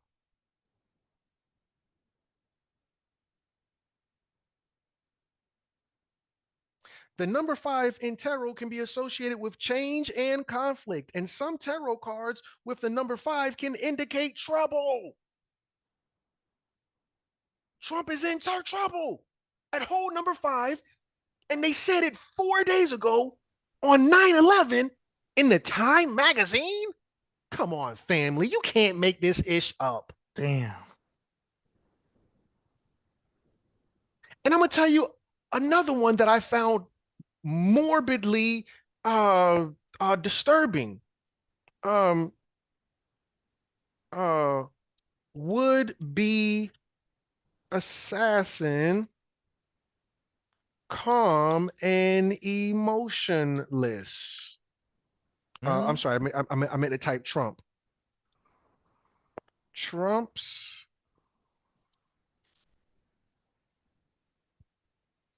so now the boy who attempted to unalive him, they said, no, that's the wrong one. I'm sorry. Please forgive me. Not Hindustan. I want, here we go. Daily Press. Donald Trump G-Man was calm and emotionless. Family, I'm not the smartest man in the world, but this sounds like an MK Ultra hit. Yeah. I know a lot of people who don't like Donald Trump, and all of them are on 5,000. He's racist, he's bad, I just don't like him, this and that, and they go on these tirades. Yeah. They said this dude was a face of stone, a Manchurian candidate. This dude, and remember, yeah, the Secret Service found him, banged out on him and missed. They missed. I thought you guys were I thought the Secret Service were the ones, they'll put the laser on you. They don't miss. Yeah, we thought that. I mean, we had trouble with them on the first attempt. And I'm going to say this. Trump told you, if he don't win, there will be blood in the streets. He said that. Now, I believe he's going to win. I do believe. However, I think The Simpsons was all wise, right, and exact, and he ain't going to make it 4 years. So you think he's not going to make it. They're going to get him later? I don't know what's going to happen, whether it be natural causes or what, but I think The Simpsons already predicted he's not going to make it. But you would think a guy who has more money than Mayweather would have enough security, private security, to make sure he's good. Do you know what I mean? Like, even the first attempt was like, come on, what are you doing? How do you not have your own people? You need, even Mayweather himself has his own people guarding him. I mean, not to the extent, obviously, as a Secret Service, but like snipers and stuff like that. And we would think it would be lasers. Remember Eagle Eye? When I saw Eagle Eye, I thought that's how it actually was. I'm like, oh, Eagle Eye, this is how they actually do it. Turned out later, it's BS. Like, it's overhyped. Like, we don't have it like that. You know what I mean? So, I mean, they probably aren't as sharp as we think they are. Obviously not. But they can be if you hire the right people and you arrange it right. I just hope that he's had enough warning shots against him so that he beefs up his security enough so that it is like Eagle Eye. Go get the same security that JFK and Abraham Lincoln had. I'm just being funny. Oh my gosh. That's crazy. Yeah, that was in poor taste. Please forgive me. No, my algorithm's going to be showing all this stuff now. I can already imagine. I haven't even been to YouTube outside of our own show, except for today at least. So that's crazy. Yo, great spontaneous presentation, by the way. Again, thank you. You're always good at that. Shout out to Crypt Jesus for bringing that into our attention. Man, when I seen it, I was like, I just can't believe this. Yeah. Hold on, I gotta get back to where I was. Yeah, that's crazy, right? And it may not be the last time, unfortunately, but we're in some crazy times, especially these next few months. So we gotta get ready for anything, because anything can go down. But we don't want to get too deep into this topic because then it gets us a little shaky on YouTube. And we're just foreshadowing possibilities of a repeat of what we've seen thus far, you know? But we'll see. Everybody stay strong and vigilant. Damn. All right. So that was, we played Professor.X. Next up, we've got an artist named Shinobi MC from Australia with a song called Nature of the Mind. Go.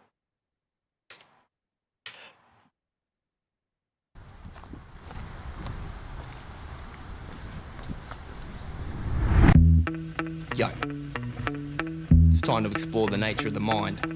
And it go a little something like this. Under the duck's wing, I rap, can't sing. Some call me Ling Ling, I like Jimmy Brings. I'm into dumb things, or that's what some say. Game of life I like to play, no one is here to stay. We're here and we're gone away, drop dead the next day. Fall on your knees and pray, do what your mama say. Eat all your rum steak, whatever floats your boat. Chew your meal, you choke, you wash it down with fizzy coke. Now you're broke, seems your receptors aren't open. You're deaf to the spoken, asleep when you're woken. You think I must be joking with your head up in the cloud. Eyes wide shut, but I'm just thinking out loud. I'll get to the point fast, your mind just can't last. Dwelling on tense past, flags will be half-mast. It might just sound harsh, our brains are swamp marsh. We need a clear lake, breathe and take a breath break. Good for the uptake, to sit, make no mistake. Nature has its sound, good to listen when you're down. Focus on breath control, let it all go, breathe in. Now let it out. Being in the moment, now there's no doubt about. Now reroute, relax the mind and don't care, just stare. Turn your inner glare, it ain't there, we can't bear the thought of us not being something. To this world from nothing, a mysterious substance flowing like a river on the ride of life. We try to take meaning from our piece of the slice, it feels nice. Turning our something to nothing. We give our head a thumping cause we're constantly pumping blood into our brains, we're the cause of all our pains. Our lame brains are broke trains derailed from the veins. Always looking forward is the cause of anxiety. The pressure of our lives being forced by society. So just try and be in the present, in the moment. One small component of the web of life, you'll own it. And you don't stop.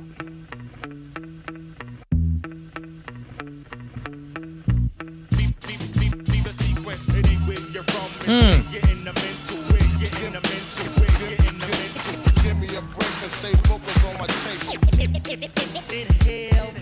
Anywhere you're from is where you're in the mental, you're in the mental, you're in the mental. Give me a break and stay focused on my taste.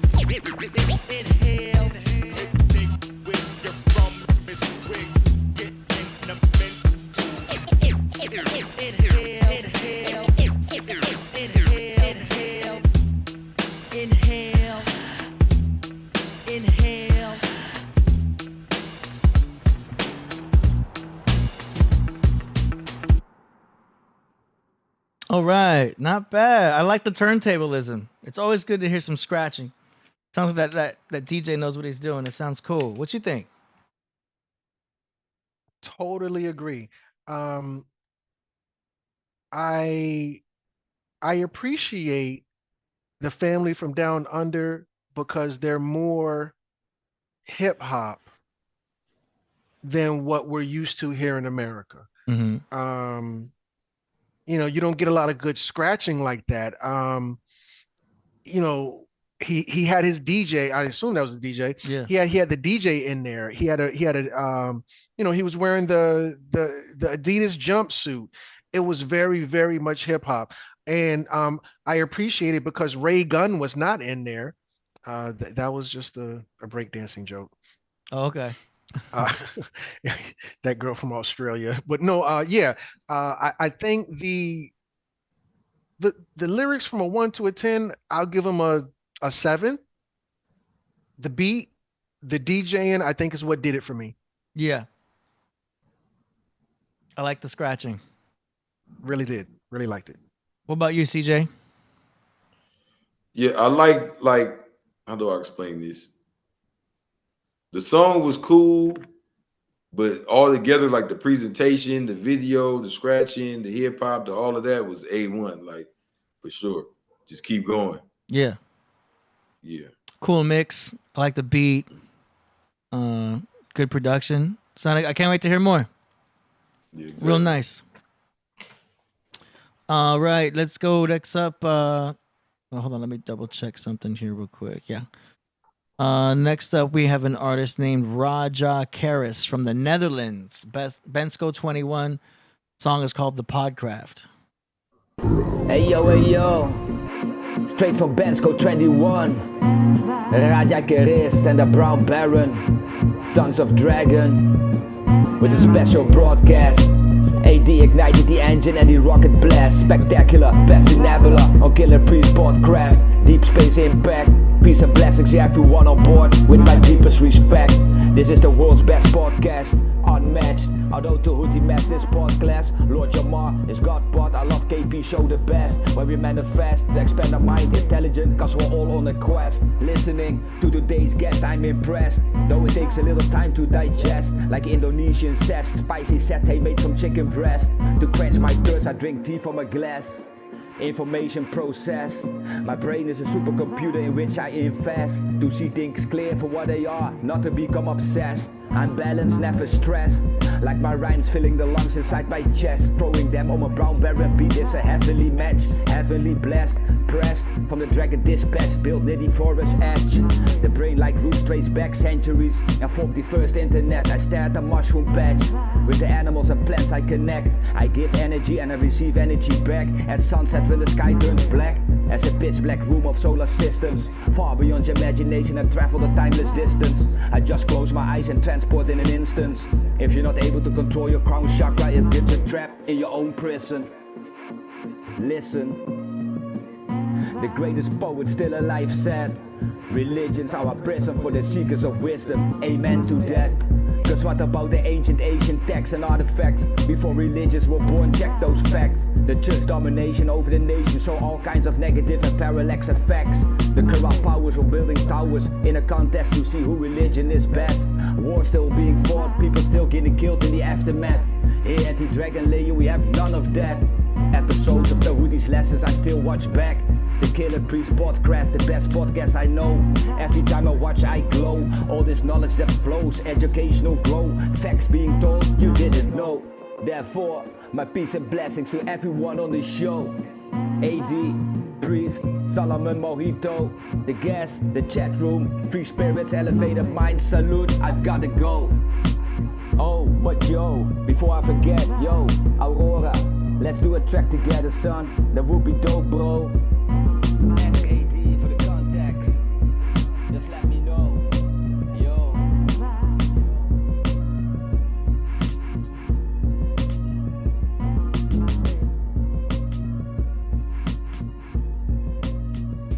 Cool.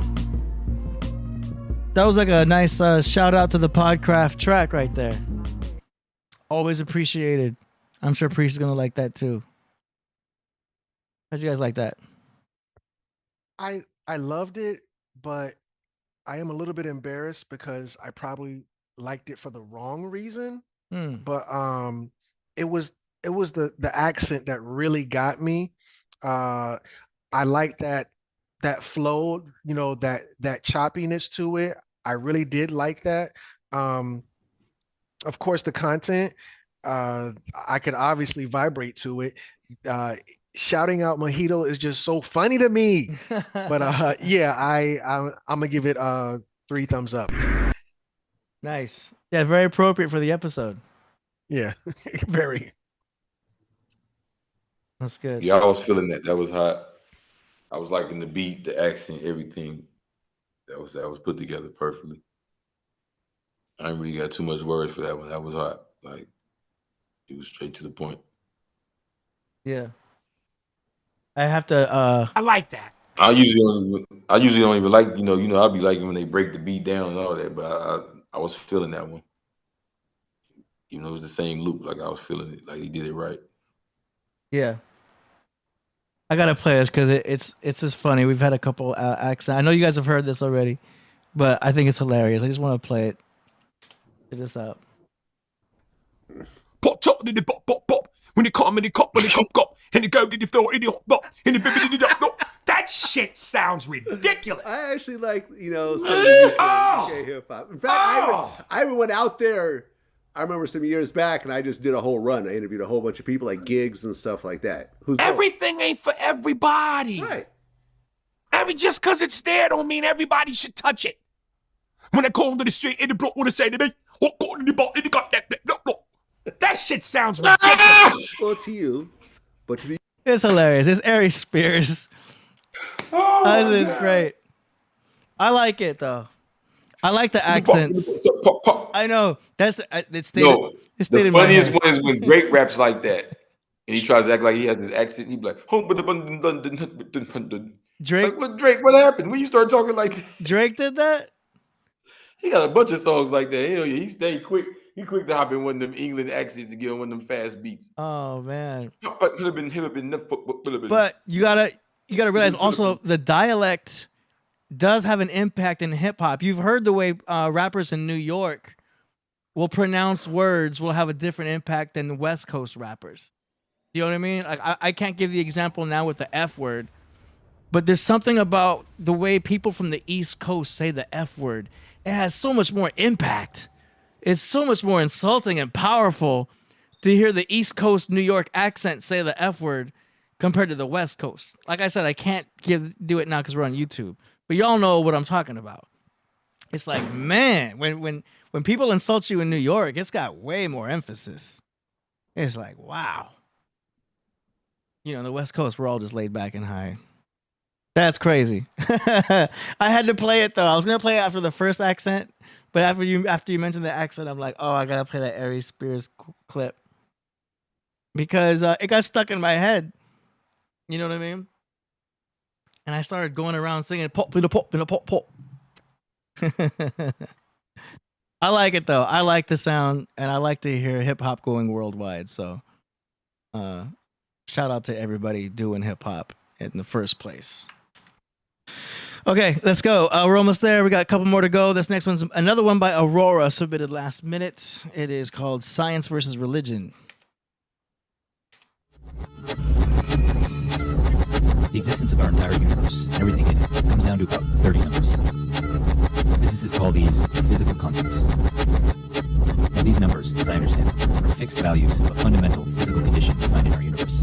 For example, the force of gravity or the expansion rate of the universe, right down to the subatomic, such as the mass of a proton or electromagnetic force. Now, here's the amazing part. Each one of these numbers are so perfectly precise and so balanced with one another that if any one of them were off, plus or minus the slimmest fraction, in some cases, literally this much.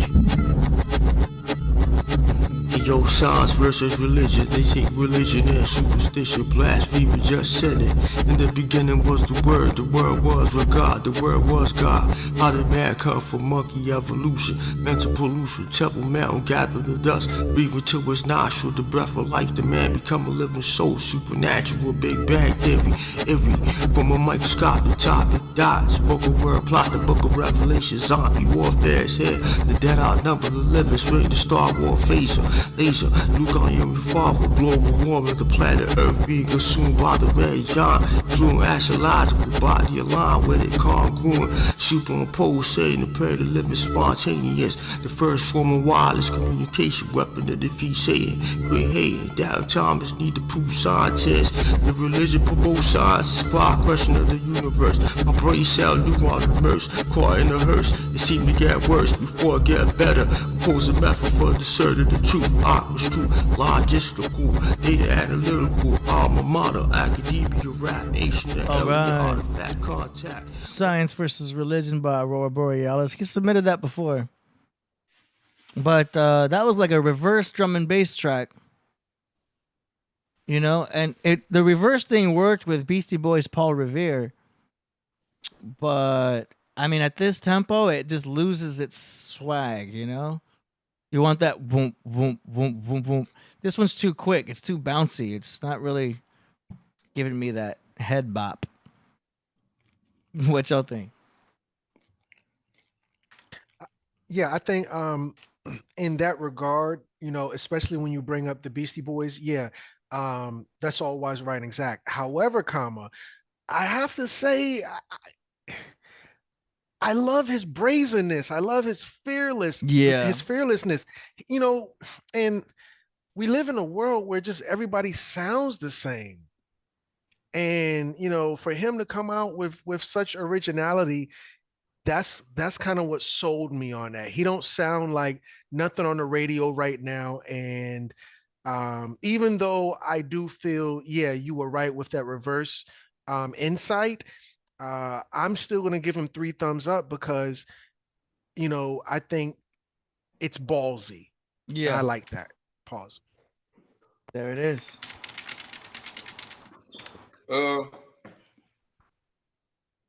Nah, man.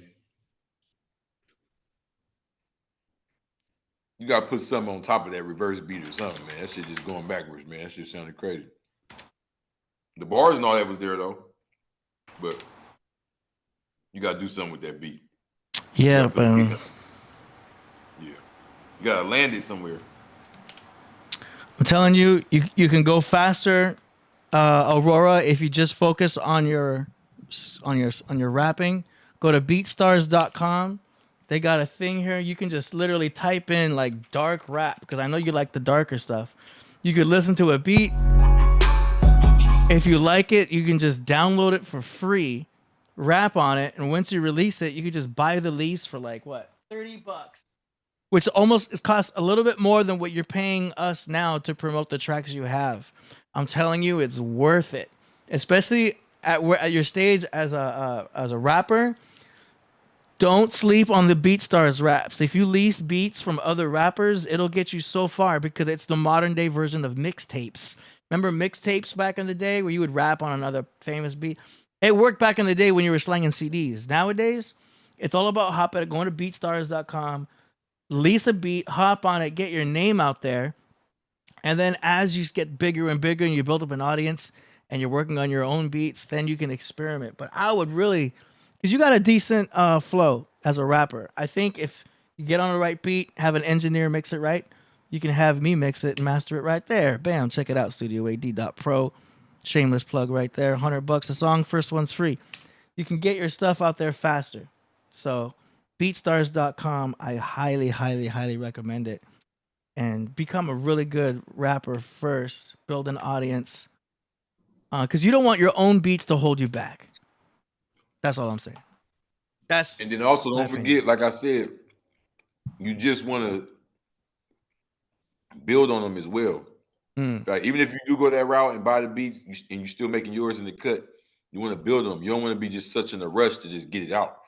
You know what I'm saying? Because I don't think you had the wrong idea with the reverse beat. I'm just saying, do some like else. You know what I mean? Put some strings or a kick or something. Like, you know what I mean? Yeah. So I can feel it where it's landed at. Because now I feel like I'm just floating.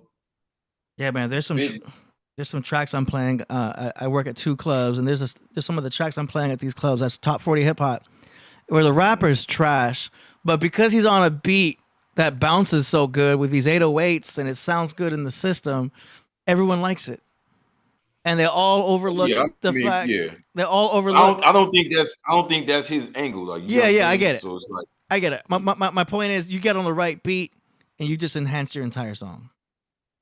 Facts. That's all I'm gonna say. Okay, and you'll be surprised. There's a lot of beats that you're gonna vibe with, even with your unique style. Okay. No, you're 1,000% right. Because look at RZA. He had. You know, I wasn't always feeling every member's verse, but the beat would be going so crazy. Yep. Okay, we are down to the last submission, which is actually a feature.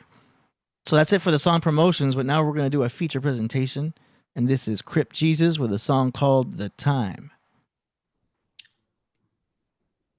Hold on. I got to download it. I thought I could just play it off the thing. Here we go.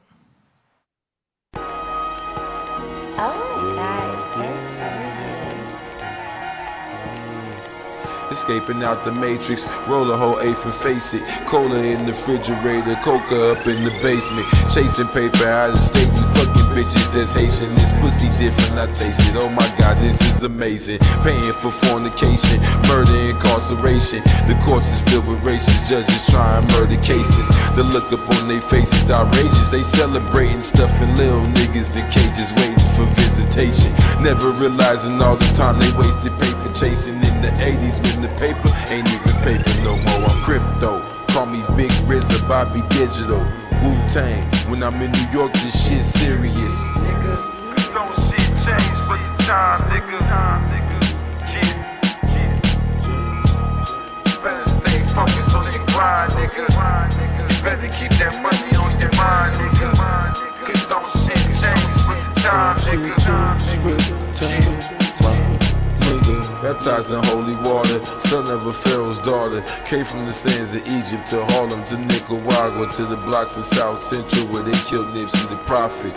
Alhamdulillah, should change my name to Muhammad, cause I really be hustling, freed all my niggas from struggling. Remember Janky was banging, he made $1 million from nothing. Still got love for my cousin, still we don't fuck with each other.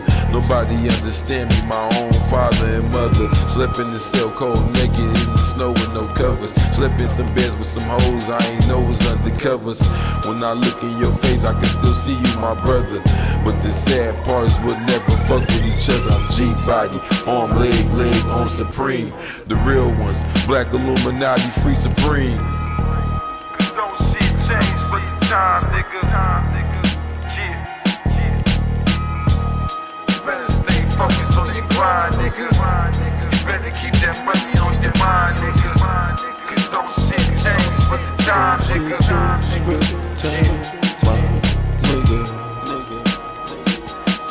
Don't shit change but the time, my nigga. Don't shit change but the time, my nigga.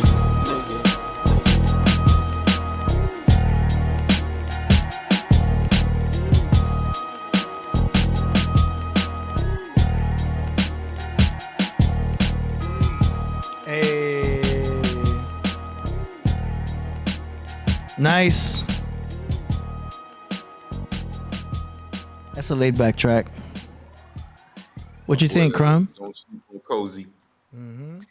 Yeah, you know, Crip Jesus is a veteran with the blah blah blah with the mic. You know, I think he is at a high level with the lyrics. I think he has a strong competency when it comes to making songs. You know, anybody can get on a beat and rap.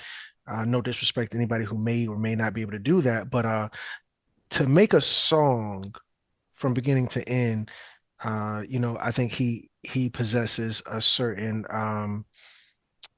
proficiency and that's what we're seeing. And when I say nice with the blah blah blah, that's a lyric. I don't know if anybody caught that.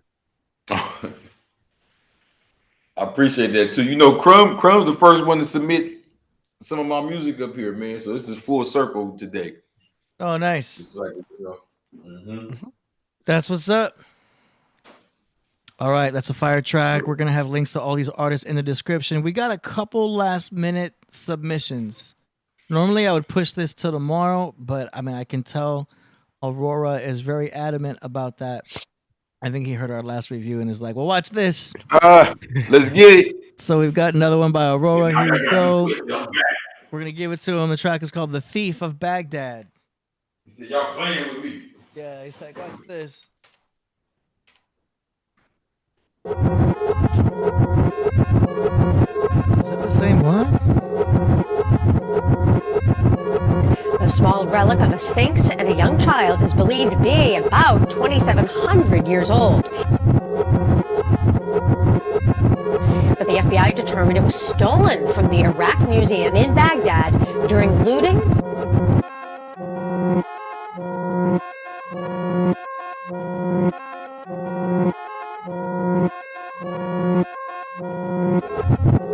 Yo, explosive head bullet pointed at your cranium and spread. They snatch your bread, your ID with the address, keys out your pockets. SWAT team couldn't spot me with a rocket satellite. I'm out of sight, I'm a bright light thief in the night. Loosely, I move like Bruce Lee, and ninja Jet Li. I collect scores of rap battles by the power of great score. It's He-Man, master of the universe, commerce, asteroid, meteorites, everything dispersed. All matter, all elements, Armageddon, the final battle for horses trample. 16 horseshoe bar, stand stomp you. Do the math as I advance with the advanced calculus in the long distance radius 3.14 pi. Don't want to die, so I eat my rap nutrients like Popeyes. Olive oil won't be on my side or cheating with the next guy. I don't know, but I'm focused in the mid-side. They blasting at my lift me off the geology. Why?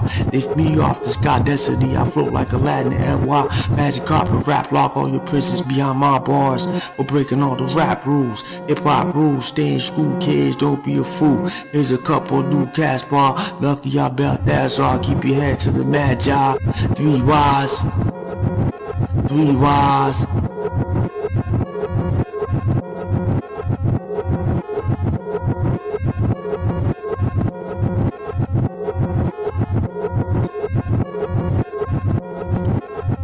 All right, shout out to Aurora for that grand finale right there. The Thief of Baghdad. All right. Yeah, he turned up with that one. I ain't gonna lie. There you go. Those lyrics, A1 since day one. Hey, I'm feeling that joint. Ba ba ba ba ba.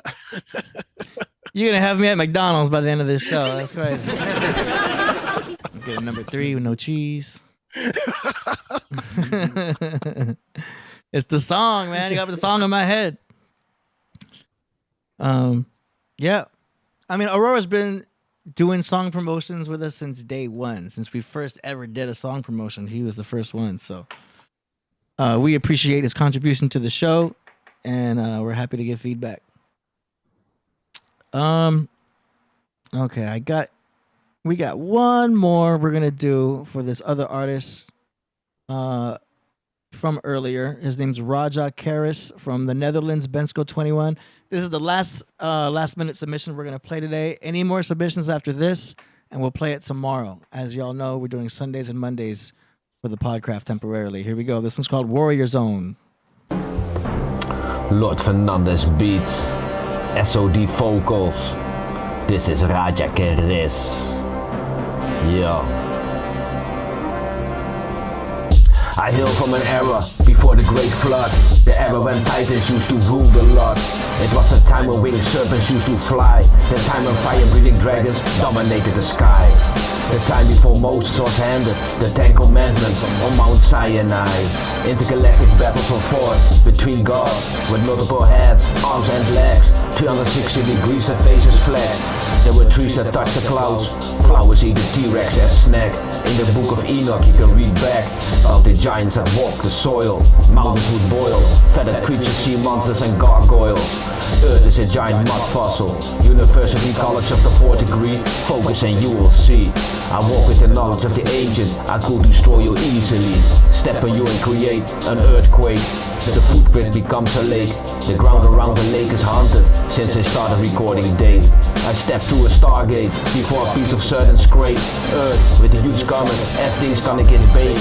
What's left of the comet becomes Venus, the female planet known as the Phoenix. Orion's belt, blueprint for the Great Pyramids. The shape of DNA forms a light building bricks. Sparked by currents flowing electric. North and South Pole become magnetic. There used to be a country, now it's the Atlantic Ocean. Everything is in motion, nothing is static. From the Pacific, 8 tentacles stretch across the globe. 4 sentinels of golden rope.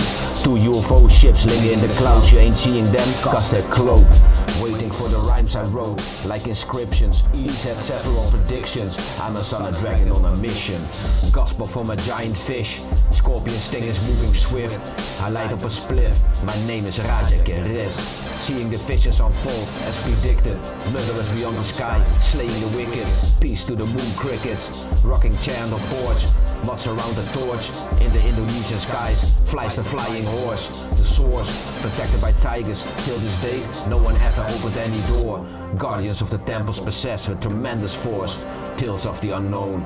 Like who was the perpetrator? While your head got blown. You are stepping into the Sons of Dragon warrior zone.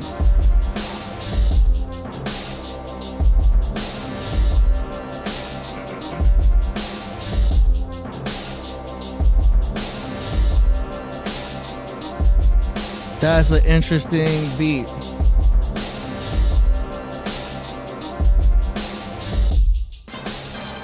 There's a timpani in the back.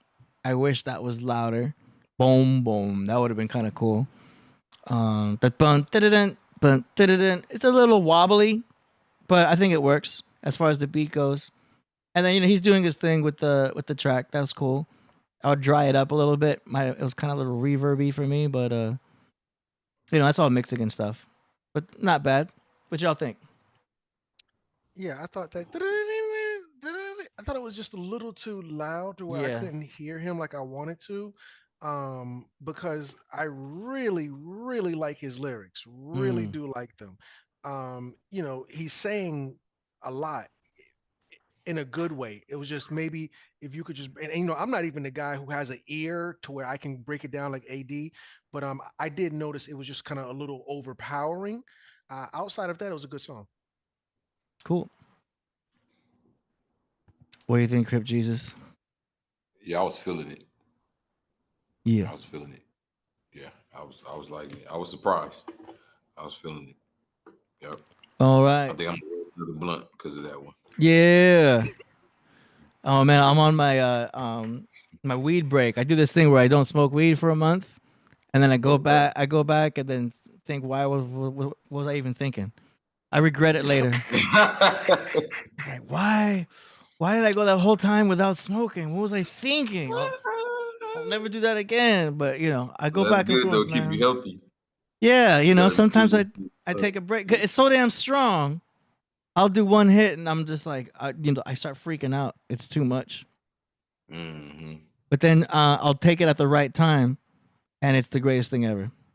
I got a homie like that. He used to smoke non-stop like Scooby Doo. Then he went out the country one time for like a couple weeks. Came back. He's like, everything I smoke makes me too high. He's like, just stopped. I'm like, damn. Yeah, it's like coffee. Your sensitivity will go up the less you do it. Facts. So shout out to everybody who submitted tracks for today's show. You can submit for tomorrow's show at any time. Check out KillahPriest.tv. As y'all know, we got the big announcement that this Wednesday is Killah Priest's album dropping worldwide. Abraxas, Rebus, Simha, Ploroma. It's going to be available for streaming on all platforms. For those who love the vinyl sound, the vinyl's available for pre-sale now, and the CDs will be available for pre-sale after the show. So make sure you grab your copy and get ready for another masterpiece from Killah Priest. Tomorrow, we've got another show, same time, 5 o'clock. Not sure who. I think we got Master Student again, right? You coming back tomorrow? All right. Any idea what the presentation is going to be, or is it a surprise? Yeah, I'm not 100% sure as of right now. Please forgive me. Yeah, I'm no, thinking I was going to go into Moses, but I'm not sure. Nice. Awesome. Well, whatever it is, we're all looking forward to it. So, yeah, thanks for today's show. Crypt Jesus, anything you want to add before we close out? No. I'll be back. Just thank you for having me again. You know how we do. Shout out to Absolutely. the whole Podcraft, everybody in there. And I do got a new book coming, you know, tap in for the Blue Bible, and I do got a new one coming, the Black Indian Wars. But you know, I'll be back soon. Ain't no reason to beat y'all over the head with it. All Just right. tap in with the blue God, the true God, Crypt Jesus. That's what's up. All right, Master Student, any announcements before tomorrow's show? I just reached 100,000 followers on Facebook, so I'm glad to have reached that milestone. I am at 49,000 on YouTube. I'll be at 50,000 very soon, so looking forward to that. Thank you for all the support, all the family, all the friends, A1 since day one, and the noobs. I am on Spotify every Wednesday. What time is that? I'm sorry. 5 or 5:30. Please forgive me for the ambiguity, but yeah, I'm on Spotify every Wednesday, either at 5 or 5:30. You're gonna get, and that's Pacific time. That's Eastern Standard Time. Excuse me. So you can tap in for that. Shout out to Killah Priest. Shout out to AD. Shout out to the Podcraft Room. Shout out to the listening audience and those going to catch this later. I am humbled. I'm honored. I'm grateful. Thank you for everything, family. Nice. And congratulations for all the viewers, man. That's huge. Awesome. All right, so we're all set. Join us tomorrow for tomorrow's show. We're gonna leave y'all with a track here from Priest. Let's see, which one we're gonna do. Thinking Prophets of Man. Should be a cool one. Let's do it. All right. See y'all tomorrow.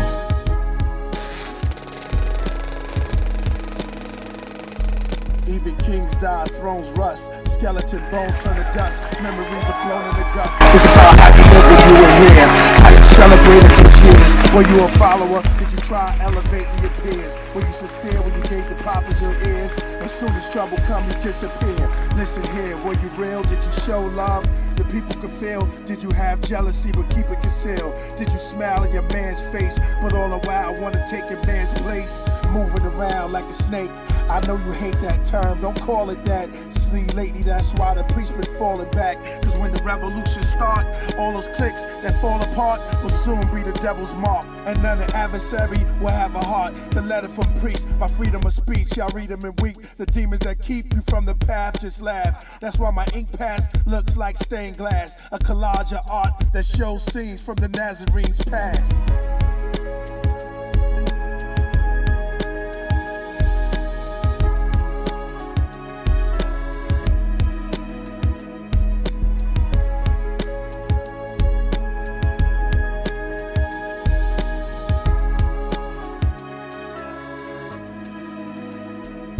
From my connections with 62nd, the art of water in the city signed to Geffen. For 5% lessons, Israelite tribal dressing, disciple Armageddons, that Bible record. To sons of man, to damn near becoming one of the clan members. I remember in Brooklyn, Jizza and Master Killah. To my last chapters with the RZA. Testimony stops, oh dirty got knocked. Came home, signed with the rock. Cocaine combined with rocks.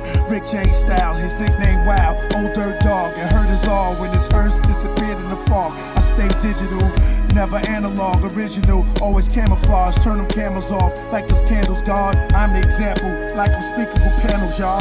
The soul inside of me is fiery. Society lied to me. They said you gotta die to be free. My diaries of anxiety frightens me. Like to squeeze through my crack buildings where I'm writing B. Striking my page with hyphens and brighten my T's. To my C's, the uncivilized time has come. You better run, the time has begun.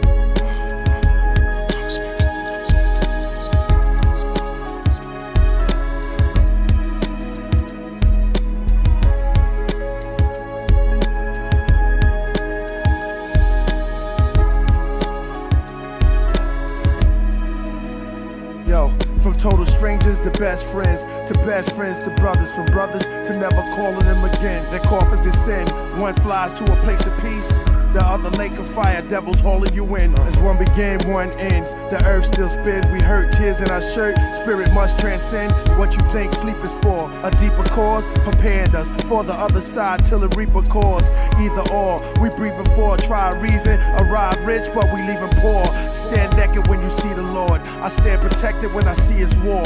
Till I exit and I'm free to soar. I'm embraced by space, though it's cloudy around me. It's like waves from a tree till they wither the brown leaves. Bounties of blessings from a heavy mind to every rhyme I said, looking from inside her. From the church of priests, the dark August, till he show you the art of his offering. Oops, I call it the gift behind the stained glass. It's a frame of my pad. I started this, release the toxins, breathe out the oxygen. Now see how shocking you fools if you think the saint will lose. I say things that make the picture and the paintings move. Now after this, ink this jewel. Look.